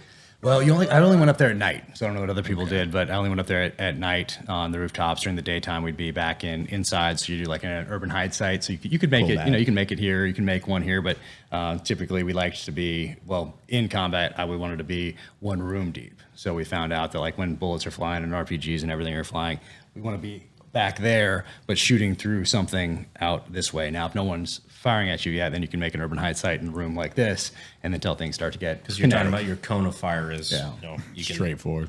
Break out a big hole in this wall, little hole in that wall, and shoot through it. Exactly, a little more protection, especially when there's mortars and RPGs and stuff coming in. But not so. At least for us, anyway. I can't talk about anybody other units or whatever their experience was, but being on the rooftops during the day we found wasn't the greatest, but go up there at night because you can use your nods and you have the technical advantages of like aircraft and of course your nods and thermals and all that stuff. So interesting times, good times, good stuff. Yeah, daytime on the roof just is hot as shit, and then you Grenades. are a target. Also, you're just like, I don't want to be up here. You're just moving about. You're like. Because the videos they train you on, you probably did the same thing. It's like just to demoralize you, to like watch troops move. If they don't move, this is what happens. And then when you get there, that is in your mind. You're like on patrols or anything. You are never stagnant. You are always moving. You're taking knees, standing up, moving around. You're trying not to be stagnant. Day missions when you're on a rooftop, it's hot as fuck, like 130, 100, like baking, and then you're just. Does somebody have a bead on me the entire time? And that's why you're always constantly moving. You're like, I just hope I'm not getting shot at. Night missions, 24-hour OP's greatest thing in the world, because that's when we would do the same thing. Window, pull back, set up desk, lay down, watch. And then probably, did you guys do OPs over ID placements and everything? You do even back then before, I'm sure the technology today allows you to really do it, but instead of like putting pins on a board type thing and saying, this area there's heavily ID'd corner or intersection or whatever it is. So you'd go up and set up to try to interdict someone that was going to put another one out there type of a deal. So. M20, what was your? So the workhorse ended up being the Mark 11 and the Mark 12. So 7.62 version and a 5.56 version of essentially an M4 type platform for those listening. So it looks like that, but it's a little more accurate. The Knights. Initially, they had the Knights SR-25, and then it became we actually had the SR-25 first, and then I think we just changed the nomenclature, and then I think we switched the scopes out from the Leupold Mark 4s to the Night Force in about 2003 timeframe, I think, somewhere around there. But those ended up being the workhorse because obviously you could use them for more than just setting up, like with the bolt action 300 Win Mag and our 300 Win Mags. Before September 11th, I would say those are the ones that we trained the most on because you're using essentially that Vietnam sniper type of a paradigm. But then once we got out there in Iraq, it's like, okay, I want some more rounds here. Yeah, we need semi. Yeah, exactly. But I still love the 300 Win Mag. I still know it. A lot of dudes here who love Allah. I would like more than 5 rounds, please. Yeah, exactly. But our 300s were put together by Crane, Indiana, so our weapons department thing there, whatever they call it. But they were Macmillan stocks and Remington 700 actions, and put together by Crane. So. Some good stuff. You had a few things to choose from. 50 same way, Macmillan stocks, Remington 700, 50 cal. We never use the Barretts, so it was a Remington 700 action. But Barretts we left on, I remember, I think it was tanks and one sniper team went out, and they're like, this thing weighs so goddamn much. We are never bringing this on a mission again. And after that, it was just leave it back at leave it back at the Cobb. We lived out at Cobb, so it's just like, no, we'll just anything but that heavy ass tank of a weapon. And then they started issuing M14s at that time, so everyone started running M14s. It was also before the one. It was 7, I believe. Was that the Barrett? 107. So they cut it down by off the top of my head 8 pounds because they started making shit out of titanium, which cut down on the weight because they realized that 32 pounds is way too much for a infantry weapon. It's not great. It's very heavy gun. Our sponsor for this video is PDS Dep because everything is really expensive right now. I spent $400 at the grocery store, and I don't even know what I got. Milk. He got milk. One milk. You may be in debt right now because the economy is in shambles. You know what also comes with debt? Stress, anxiety, existential doom. PDS Debt has a solution for you. Help is available. Whether it be medical bills, collections, credit card debt, they have customized options for you. If you're making payments on your debt and your balance isn't going anywhere, this is the solution for you. PDS Debt has options that consolidates all of that debt into one low monthly payment. Everyone with $10,000 or more in eligible debt qualifies, and there's no minimum credit score required. Save thousands in interest and fees, and pay off your debt in a fraction of the time. PDS Debt is a top-rated company on Google and has an A+ rating with the Better Business Bureau. They're personable. Go check out all their reviews and see how many specifically mention PDS employees by name. It's incredible. You can get a free debt analysis right now by going to pdsdebt.com/unsub. It takes 30 seconds. Go to pdsdebt.com/unsub. Go now! I'm going. Get Jack out to shoot the helicopter killer. Oh, yeah. What's the helicopter killer? So I have a prototype Barrett that they made back in the day. It was the M82A1. Yeah, which one is that? Is that like the base? The very basic Okay, Barrett. They made a version that was the M82A2 that was meant to be fired with the back of the receiver over your shoulder with a little recoil pad behind the magazine. Okay. It was meant to be fired because the military wanted a weapon to fire at helicopters. Okay. And aircraft or whatever. All right. And so they made it. They made like 12 or 20 of them or some shit. There's only it's a sub 24 amount in the world. And the military said like, wow, this is cool. Sorry we asked. We don't want that. Right. And so I've got one of the... They're like, it turns out the Taliban doesn't have helicopters until we leave them, until we give them to them. Now we go back and we're like, hey, remember that Barrett? Which, as it turns out, the still have majority those? of what we left back in Afghanistan, they crashed in the first week anyway, so... Well, it was Funny story. What was it? Chris Barrett called you and was like, "How the fuck did you get that?" The man that made it. That's awesome. Chris Barrett's a friend. He actually commented on that because I said, "Oh, we've got a unicorn Barrett." He's like, "There's very few things that we consider a unicorn. That is one of them." That's awesome. Actually, I signed a book for him last night before I came really? out here. I was up all night like signing because I'm going on tour for the next 10 days. Oh, man. And so I'm signing books and getting them out the door so my wife can send them out, Monday and Tuesday and Wednesday and just get them out there while I'm on tour. But I signed one for him. Oh, so you know Chris? Yeah. Yo, he's a good guy. Such a good guy. I really like him. Well, I love the family story. I love like, hey, Yeah. you're crazy. You're building this thing in your garage. It's a great American success story. Yep. No, I'm going to build it. I'm going to focus on this thing, building it in the garage, and then grow it into what it became. It's such a great American success story. I love it. As somebody who developed a semi-auto 50 cal, I'm just like sitting there for the first time meeting Ronnie Barrett. Yeah, yeah. And in the back of my mind, I'm just like geeking like I'm Oh, a it's little awesome. kid. Yeah, It's yeah. like, I did oh, it. this is so Yeah. cool. No, he's fantastic. I love how he dresses now and everything. So we've had some dinners together and got to pick his brain a little bit about things. And yeah, he's fantastic. Chris is a bro. Ronnie is a legend. Yeah. It's really cool. This it's is a cool true. family. This It's is a true. fucking amazing family. I gotta up my game, I guess, as far as the weapons collection goes. I thought going to the Park City Gun Club yesterday and having them telling me that I needed to get my own FFL was a big deal. And then I'm just hearing about your stuff, and I'm like, oh, jeez. We're gonna have a good Next, time. if you were ever in San Antonio, come with us for a couple hours. We'll do a big range day. Awesome. Come to my facility. Nice. And anything you can think of that Nice, you ever awesome. want to shoot, we will happily hook you up. Oh, except for what, Brandon? MP7.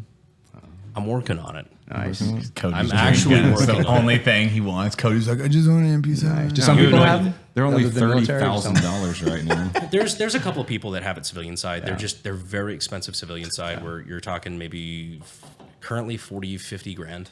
Oh, If you have an Well, that's FFL not- and everything. really? Well, what's an old school MP5 fully auto from, let's say, 1984? From 30? I bought mine for like 70 grand. Or not 70, excuse me, 7. Seven? Yeah. Oh, what? So not transfer. Oh, okay. I was like, So what? I bought like an MP5 SD.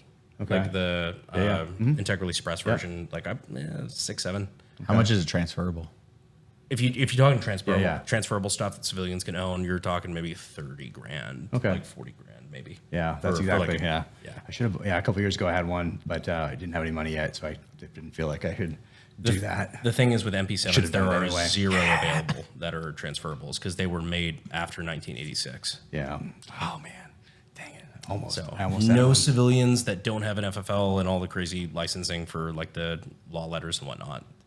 You can't own them legally. And what you do in your own garage with the drill press is up to you. But We're not going to judge here. We're not going to sit here and judge. Look, man, that's between you and God. But Chase is like, what do I do with this edit right now? No, that's fine. I don't mind. Disclaimer. I don't mind sitting behind that. Disclaimer: the Unsubscribed podcast does not endorse the There it is. There it the is. ownership of weapons. Read the small print. Yeah, exactly. Oh man, How was it when you like your first book came out, when it actually launched, and then it did pretty fucking good? Where you're like, as Brandon was saying, you go from a first time author, which is unheard of, to I forget the award you won. well, like New York Times bestselling thing. That's The like other one. I don't know if that's the only one I really think about. I said, man, there's another one listed, but I mean that's the big one. Yeah, but it's the like one. that's the the you small want. one. You want the number. You want the Kinda number one small. spot. Yeah. That's How the does one. it feel to be the second New York Times bestseller on the podcast? Seriously. Yeah. It was. I mean, I knew what I wanted to do for so long, and I had prepared myself from an early age, not intentionally, but just because as being a reader, I just loved the magic of these pages. So I'm reading guys, Tom Clancy, Nelson DeMille, A.J. Quinnell, J.C. Pollock, Mark Olden, Louis L'Amour. All these guys were my professors in the art of storytelling from, let's say, 1985 onward. So age 6th grade is where, like 5th grade is where you're reading young adult fiction still, but starting to make that transition into the same kind of books like adult fiction that I read and write today. 6th grade, certainly reading all those kind of books. So I just had amazing professors and I didn't have any other distractions. So I had Atari 2600, which you could only play for like 30 minutes tops, you know? So you have that and you can't game all day long. There's no social media. There's no internet. If you're going to watch a TV show, it's on at 8, 9, or 10 o'clock at night, not available on demand, obviously. And if a new movie's coming out, you're going to go and see that maybe twice a month. Maybe a cool movie comes out. You're going to go on a Friday or Saturday when you're that young with your parents, or maybe with some friends on a weekend or something like that. But you're limited. If you're gay, limited. You're limited in like what is going to pull you away from reading. So I got to really establish this base essentially. So when I started down this path, I didn't have to start from scratch, is what I'm saying. I didn't have to wake up. I didn't wake up one morning and say, "What should I do when I get out of the SEAL teams?" Oh, writing would be cool. How do you do that? Writes a book. Exactly, Okay. Exactly. So it's contrary to popular belief. I mean, I don't know what stage, how far you made it in the pipeline, but third phase, they have a whole like 3 weeks on how to write. In the SEAL teams. Definitely didn't get there. No, I'm just kidding. Just kidding. They don't. That's third phase after Hell Week. It's like, okay, right Here we go. This is how you do it. This is how you market yourself. This is how you. Yeah, this is how you market yourself. This is how you do this. No, they don't have any of that stuff. publisher. Exactly. Here's our connections. No, there's none of that. But I felt like I had been doing the work already to prepare me for what I wanted to do next. So I didn't have to go and think, what should I have been reading for the last 30 years? Let me go back and start. No, I already had done all of that. So I knew exactly what I liked as a reader from the fan perspective, kind of like Quentin Tarantino didn't go to film school, but he is a student of film because he loves film. As it turns out, he innately knew how to say the N-word. Dude, his child. Have you read his book? I read the cinema. What's the book? What's the title? I'm losing it right now. Anyway, the book that he wrote just a year ago or so. Yeah, just on a year film. ago, which is fantastic. phenomenal. Yeah. He does the first chapter, he reads it, and then has somebody else take over, which phenomenal. I didn't- Yeah. okay, I So read it. I didn't do the audiobook. audiobook, he does the first chapter by himself and then transitions Interesting. into another individual. But again, like his childhood leading up into cinema, on how he got into blaxploitation. Blaxploitation, yeah. Yeah, how he got into that whole genre.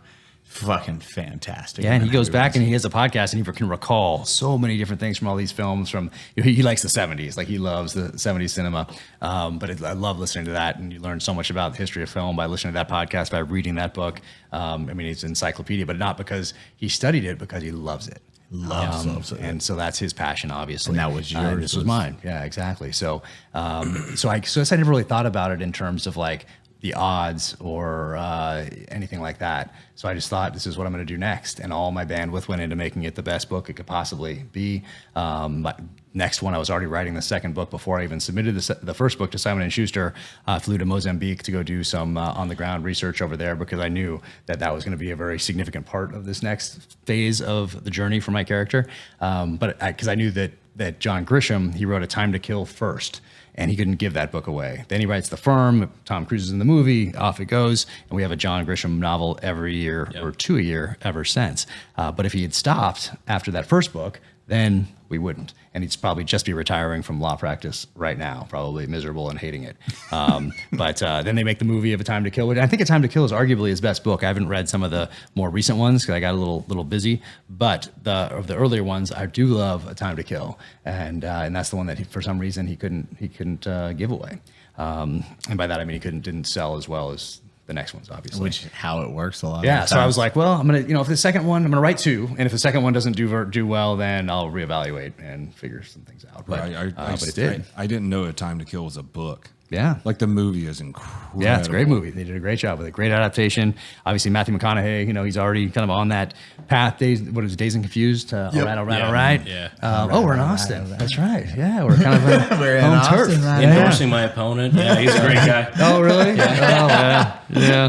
Yeah. Wait, he didn't come on the podcast? Well, I never say never, but we'll see. Yeah.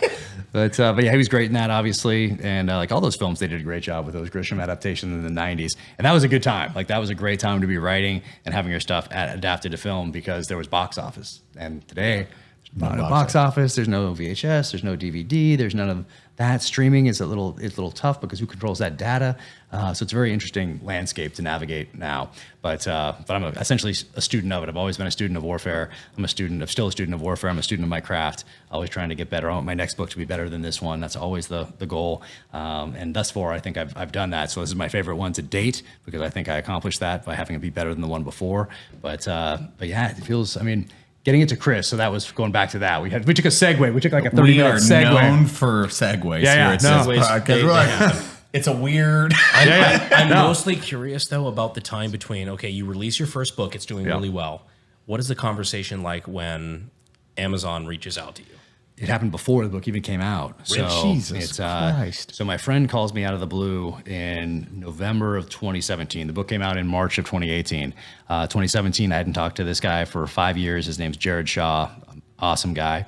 So it calls me out of the blue. I know exactly where I am. I'm at Thunder Ranch in Oregon. Nice. Very nice. At Delta Range, exactly, doing some training up there. And I get this call from Jared. I hadn't talked to him in 5 years. And he's like, hey, man, do you remember me? And I'm like, Jared, of course I remember you. How's it going? And he's like, man, I always wanted to thank you for what you did for me in the SEAL teams. And I was like, I couldn't remember what that was. And so he told me. It's not a core memory. Yeah, I'm like, I don't remember. I got you, bro. I'm like, what did I do? And he's like, man, when I said I was getting out of the military, you're the only person that sat me down in your office, talked to me about transitioning to the private sector. You introduced me to people in the private sector. Then you followed up with me to see how I was doing. And if you needed anything else, you're the only person that did that. And I always wanted to thank you. And I was like, dude, no problem. How's it going? And he said, it's going great, but I heard you have a book coming out. And I said, yeah, I can send you an early copy. It's called The Galley. And I just found out what a galley was like 2 weeks before. Like, I didn't even know what that was. It's like a paperback of this that you send out to reviewers ahead of time. And I'm like, I can send you this galley thing if you want to check it out. And he said, I'd like that, but I'd like to give it to a friend of mine. And I was like, who's that? And he said, Chris Pratt. I was like, oh, that's interesting because it's very convenient for me because that's why I envisioned playing this role. So I sent it to Jared. Jared read it. He gave it to Chris. They met when Chris came down to Buds to do some training for Zero Dark 30. So Jared was an instructor at Buds at the time, SEAL training, and they got to know each other and hit it off. And became best friends. Yeah, they're best friends. Jared was in Chris's wedding, and Jared, awesome dude. So he gave it to Chris. Chris read it and called the next week and wanted to option it.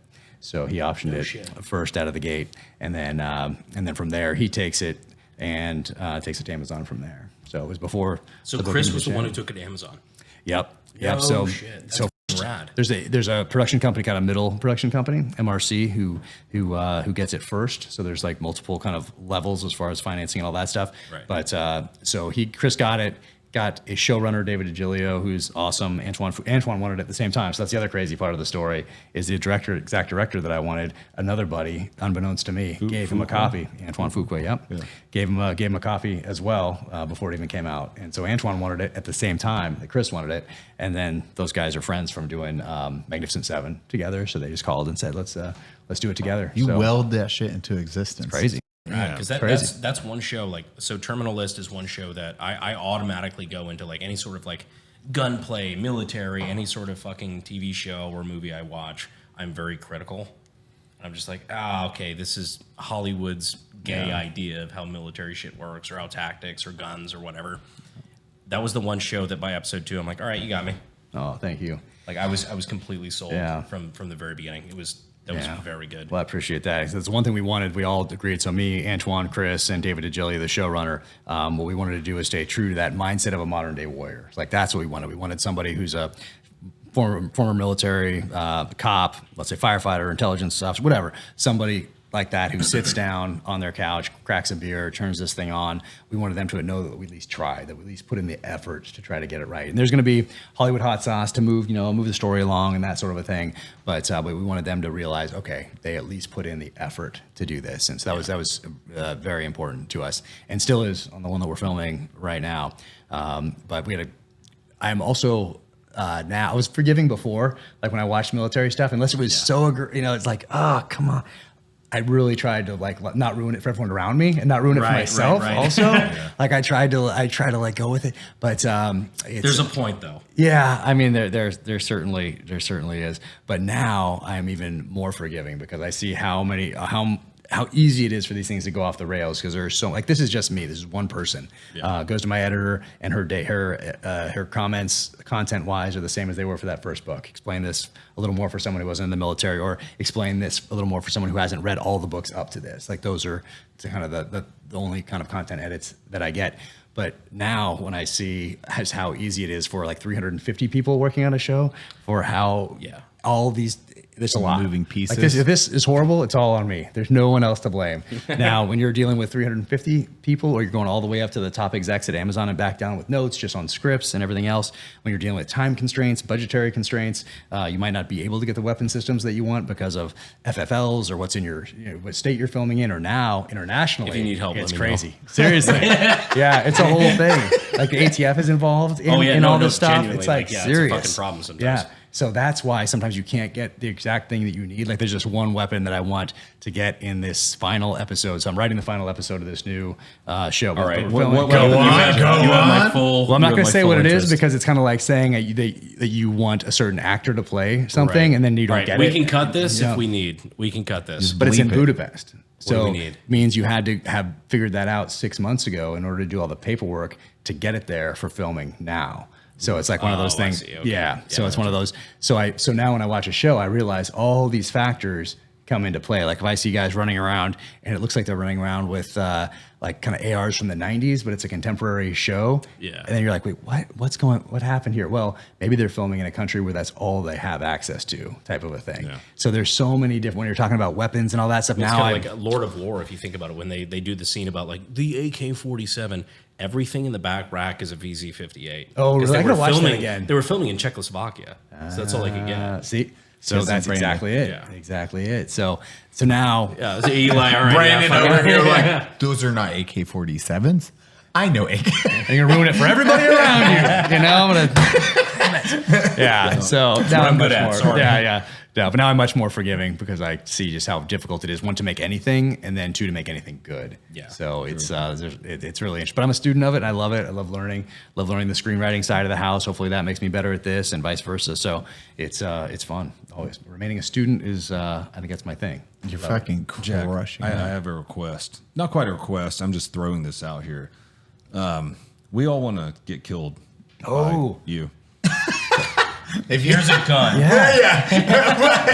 That's how we're ending this podcast. If you're gonna kill it. Yeah. If there's any scene whatsoever where a terrorist could die, just random terrorist number 4. Yeah. Or two Mexicans. Yeah. Me and Brandon got you covered on the Mexican We part. would love to die. Cartel. Got it. Drug Got it. It's fun. It's fun. And I think we're filming the next one. We're not sure exactly where we're going to film it yet. True Believer, the second book. We'll start filming that. I think it's sometime in 2025 we start it. But I'll keep you guys in mind. Because it's cool to see how they do it. Because when I got killed in Terminal List, so beginning episode 3, shootout with Chris Pratt. But what they do to make bullet holes, about this, they've put bullet holes in glass. So I'm in the car, and it's a shootout between me and Chris Pratt. I'm shooting through, he's shooting through glass, and they take these, the metal straws, they line those up under the dash so the camera can't see them in, and they have little ball bearings in there, and they have a little explosive charge in them. And so there's all these wires. So it looks like you're wired to for some sort of a car bomb type thing is how it looks. And there's somebody on the side over there that has their iPad or whatever else, and they're touching these things off, and they're shooting into the glass, so it looks like bullet holes. Which is pretty that's crazy. so fucking cool. You have those. it's Did you wild. do the paintballs with the sparks too? No, didn't do that one. They might have done it in another scene, but I don't think so. But in this one, it was just blanks in the pistols, and then those ball bearings going into the glass. So I had to wear wear the gaiters so the glass wouldn't get in my eyes. And they put the blood squib in the headrest. So when he shoots me in the head, I throw my head to the side, and it goes up there like that. I was that fucking guy. Like, you know how like virgins will watch Lord of the Rings? They're like, oh, did you know when he kicked the helmet, he broke his foot? Like that sort of shit. I was like, hey, did you know that's the writer? That's the writer of the book. Right there. Yeah, That was entire fun. shootout's fucking insane too. That was killer. No, it was fun to do. And they wouldn't let me do the stunt. So the stunt was Chris back in the Land Cruiser, which looks almost exactly like my real Land Cruiser, into the car that I'm in. And I was kind of like, I can do that. I'm just a little fender bender. I can do that. And they said, no, you're not contractually or whatever. You have to have a stuntman do it. And so I said, okay. But then I saw it in real life, and I was like, ooh, I'm kind of glad I didn't do that. Because in real life, it looked gnarly. Yeah, in real life, it doesn't look as bad on film, but in real life, I was like, oh, yeah, I'm okay. Maybe I shouldn't have done that. I'm glad they didn't let me do that. Kind of like hitting a tree, maybe. Yeah, it was pretty cool. We're not going to talk about that. Oh, okay. All right. Yeah. But the guy who doubled me is Mick Rogers, who's a legendary Hollywood stuntman who was Mel Gibson's double in Lethal Weapon, where he gets handcuffed to the guy on the top of the roof, and jumps off with that guy. And so that was Mick Rogers that did that stunt. So it was cool. Stunt guys go through. Thankfully, they just did Fall Guy, which was Emily Blunt and Ryan Gosling. And that movie, He's literally me. Yeah, it was directed by a stunt guy, and the level of shit those guys go through. I did a little stuff in LA and Hollywood, and watching what they experience is insane. They get beat up. It's rough. It is serious.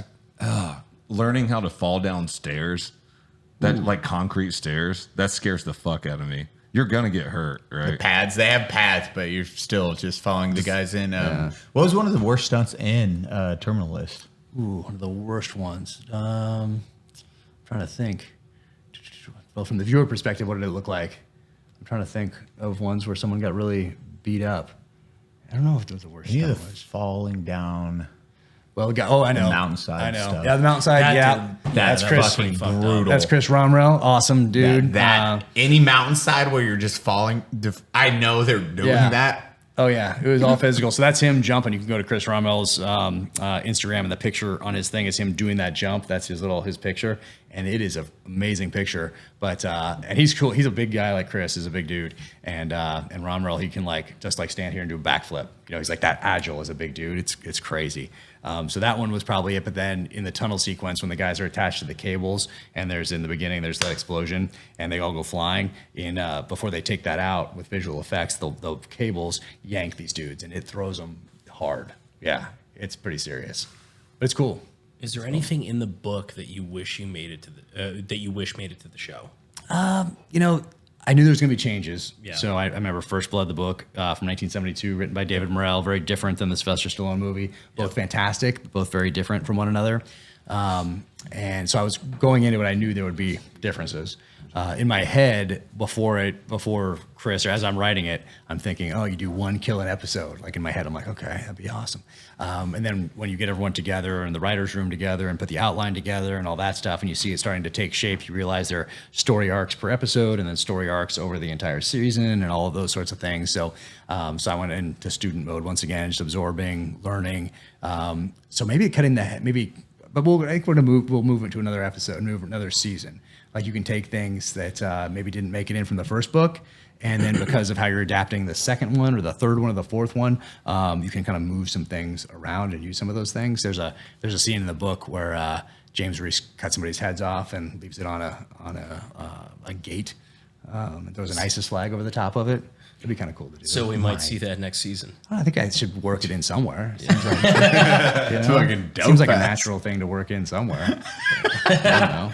God dang. So you took everything you learned from that, like first writing, and then you're like, okay, I'm going to start using and incorporating everything I'm learning from the Hollywood style of screenwriting and then adapt it together, and that helped you with the last couple of books? Or did you start incorporating a little bit of measures in that? Yeah, I wouldn't say that. So I don't write this and think about how it'll be adapted. So I don't do that. But I think the more natural things, like if you were to the first book that would have been influenced by the Terminal List TV show would have been In the Blood, just because of timing. So I can definitely look at that and see that the flashbacks that I give my main character were almost certainly influenced by the flashbacks that James Reese has in the TV show of his wife and daughter.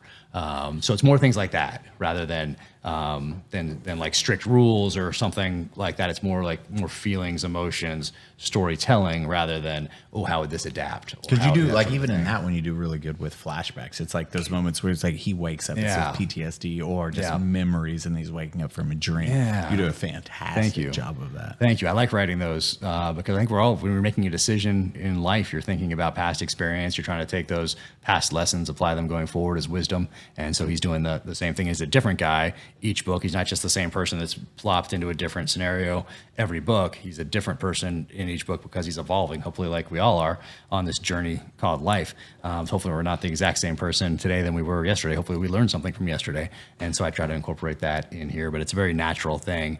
And I think that's why these books have really resonated with people, is because everyone is on a journey, and James Reese is on a journey. He's not the same person in every book. So I think that I didn't think about that at the outset when I started writing it, but now looking back, I think that's probably part of the appeal.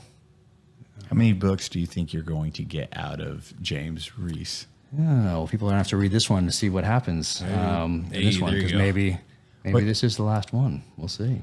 We'll You tell me you didn't finish it, Eli? No, I've not finished. I had like, I'll be honest, I was like 3 days and I was like, I must read. Oh, you're awesome. And I started like plowing through this thing. I was like, okay, I got this. Yeah, but I'll be writing in some way, shape, or form, depending on we'll see what which character follows and that sort of a thing. I gave myself very intentionally options from the very beginning. Because I have another character intertwined with it. There's multiple generational characters that I can go back to. I talk about James Reese's grandfather in World War II, another family called the Hastings family, and their history in Rhodesia. So I have all these different, and that was done very intentionally. And I like that from Stephen Hunter's writing. If you guys read Stephen Hunter, Point of Impact, they made it in the movie Shooter with Mark Wahlberg, directed by Antoine Fuqua. And so he has multi-generational characters as well. So part of the same family, part of the same universe, but you can go back to World War II era and you can go and then contemporary. So you seem like a student of history in that way, that like you've looked into things like the Rhodesian Bush War and stuff like that. Is that kind of like had an impact on the way you write? I think so, because it's something that differentiates these books in that I hadn't read about that in other books before. So for me, it was very natural having gone to Africa, having talked to professional hunters who some of them that had very close touch points with Rhodesia, even though we're almost a generation removed now. That's wild to think about, isn't it? It's crazy. But growing up, Soldier of Fortune, again, seeing those pictures, not really understanding like the geopolitics of anything or whatever, but just seeing the pictures, seeing the guys in essentially like UDT shorts and FNFALs out there, seeing those helicopters. I don't know if I'm pronouncing it right. The Alouette 3, is that how you say it? Like I have no idea. Just all those kind of you can see a picture and you know that it's Rhodesia. If you see a picture of a certain helicopter, a certain person wearing UDT shorts, essentially, and camouflage blouse and all that stuff. Yeah, exactly. You like Blood Diamond? Yeah, Oh, yeah. That's the guy. Is that it? Literally. Nice. Sketchy people wear Breitling. Yeah. Is that the exact watch? The Blood Diamond watch. Is that the exact one? Exact one. Dude, nice. Yeah, sketchy people wear Breitling. That's it. And I put one in here. Fucking man, that's awesome. Not that exact one, but a different one in here on the bad guys. Hell yeah, man. Yeah. Dude, that's the Breitling Military Industrial Complex. Exactly. Seriously. It's a thing. It's a real Brandon thing. nailing it. Brandon with the hit. Now they're not going to be sponsors now. Sorry.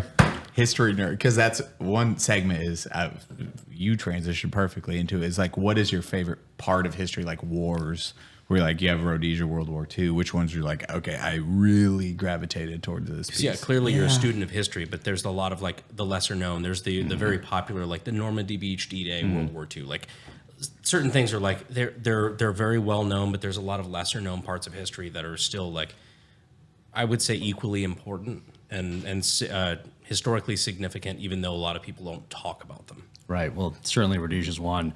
And I think people are just kind of almost I don't want to say scared is not the right, I guess it's a sensitive topic, I guess is the best way to put it. So why do that when you could do something else, I guess, maybe, or maybe people just don't know about it or it didn't interest them or whatever reason. So even things like Mogadishu, like, the Moog. a lot of people don't talk about it. Like Black Hawk Down got made, and then everybody after that was like, yeah, that sums it up. And it got left behind. It's an insane battle. There was other things going on before and after, of course, the battle.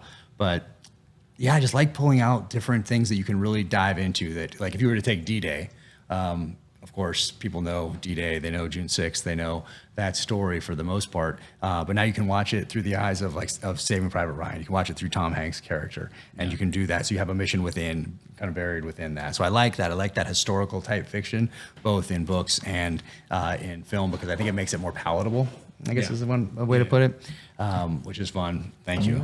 I think I got a little bit more left, but I should keep this guy cold. So I don't know if there's a favorite. Favorite's not the, I guess, maybe the right term, but if you saw my library at home, it's organized by period and then like generally terrorism, generally insurgencies, like that sort of a thing. Or here's Iraq, here's Afghanistan, here's Africa, and then there's subsections there, and it's all broken down that way. So it's not a very, I guess no one else could really figure out where to find something linear. There. Yeah, it's all. Somebody, I was on a thing the other day, and a guy I was talking about, he's a reader, and he came home from work, and his wife had arranged all his books by color. And had taken off the dust jackets and thrown them away to include a first edition signed Ayn Rand Atlas Shrugged. Oh fuck! And so I asked him on air, it was live, and I said, well, what is your new wife knows not to do that, right? Jesus Christ! Yeah, so crazy. So we put him back in his order, but I think everybody has a different way they organize things. You know, maybe by color might not be the. I don't know. I just picture that. It's like, babe, look what I did for you. I know. Oh. And you're like, oh, you bitch. He doesn't say anything. He does this. And then turns around and walks outside. I love you, honey. Yeah, I love you. All right. Yeah, but I'll be bringing some other. I love you. Hubby's going to Tijuana for the weekend.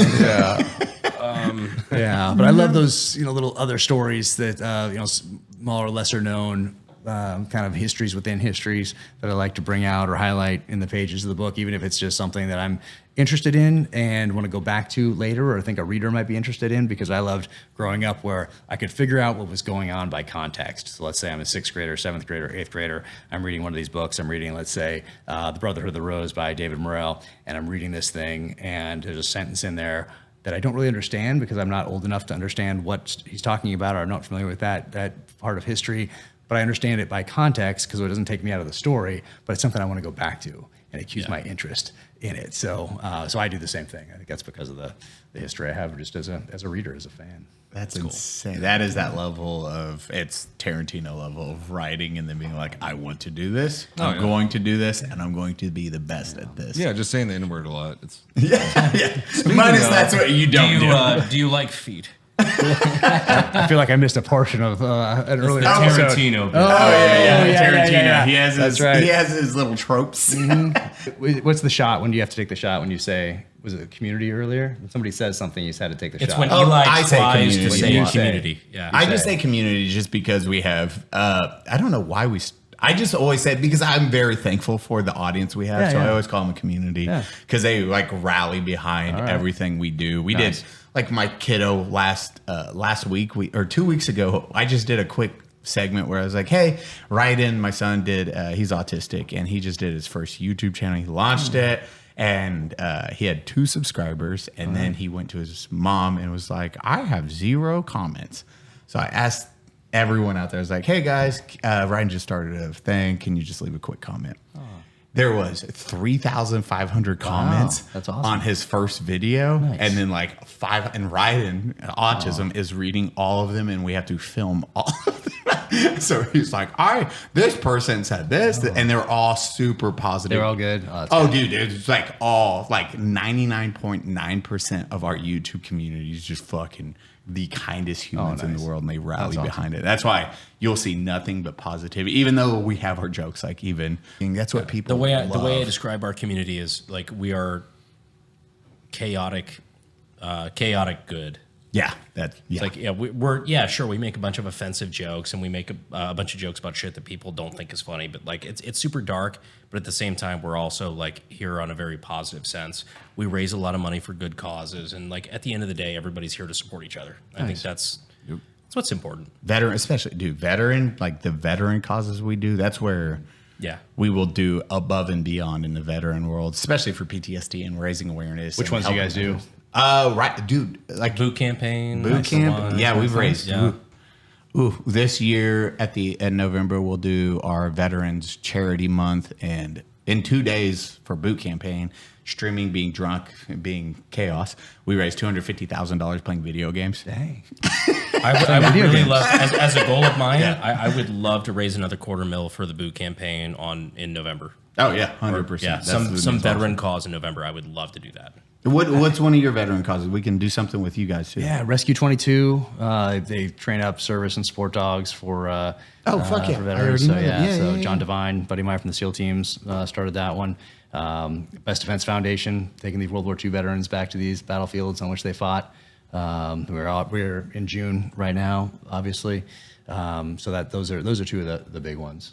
One more contemporary, obviously, and then the other, focused on honoring those veterans who gave us the ability to be here right now. Jack, you said Rescue 22. Rescue 22. Hey, if you guys want to donate to a very good cause, check out Rescue 22. Bam! Look at that. Dope.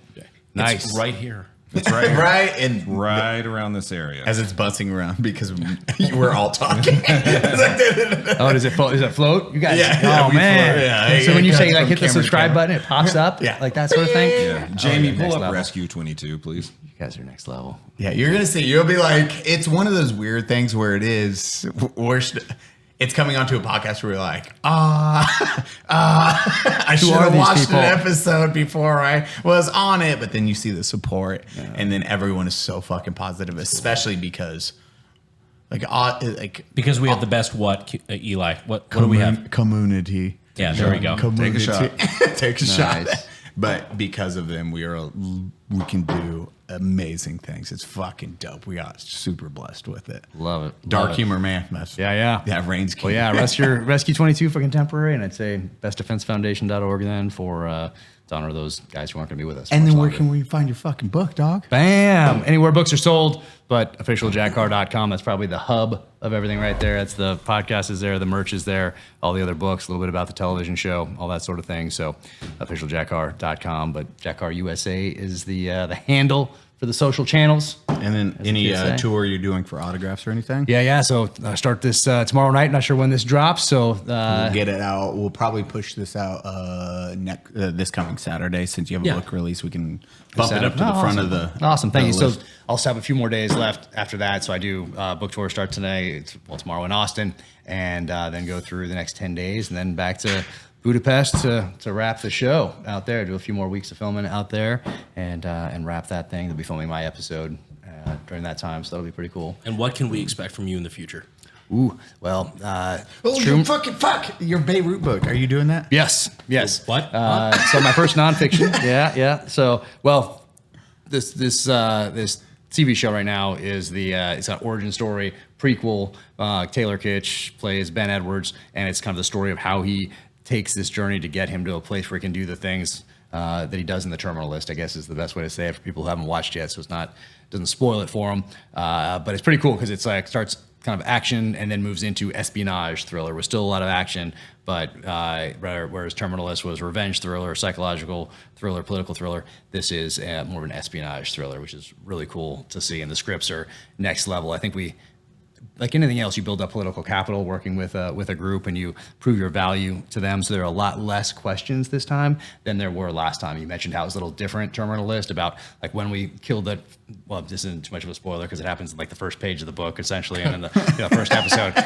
But that typically doesn't happen in shows like this. It's a little bit different the way that arc goes. So there are a lot of questions about that, and people were very nervous about that. But they trusted us, and we got to do it. And then they'll never share the exact data, but it paid off. And we have the spinoff, and then True Believer coming after that, and that's the the second book in the series.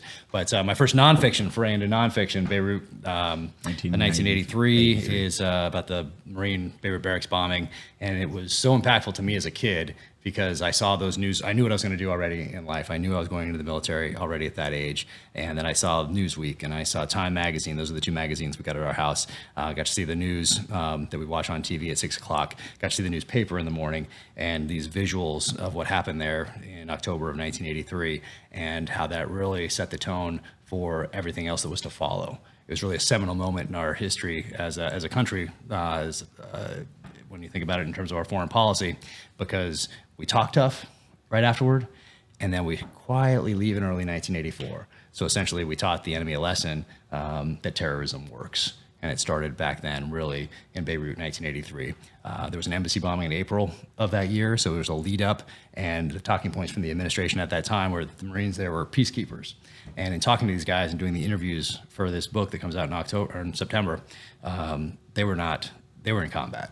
These guys were 100% in combat during that time, and then it culminates with the bombing in October '83. So it was to hear these guys tell that story, because it impacted everything that they've done since, and then to also have declassified documents from the Reagan administration that show what was happening back in the White House, who was advocating to put Marines ashore, who wanted to keep them on ships in the Med. Like, all that stuff allows you to now get a fuller picture of what was actually happening. So that's the first one in this nonfiction series that comes out in September, and there's a few other projects in the works as well. So it's go, go, go.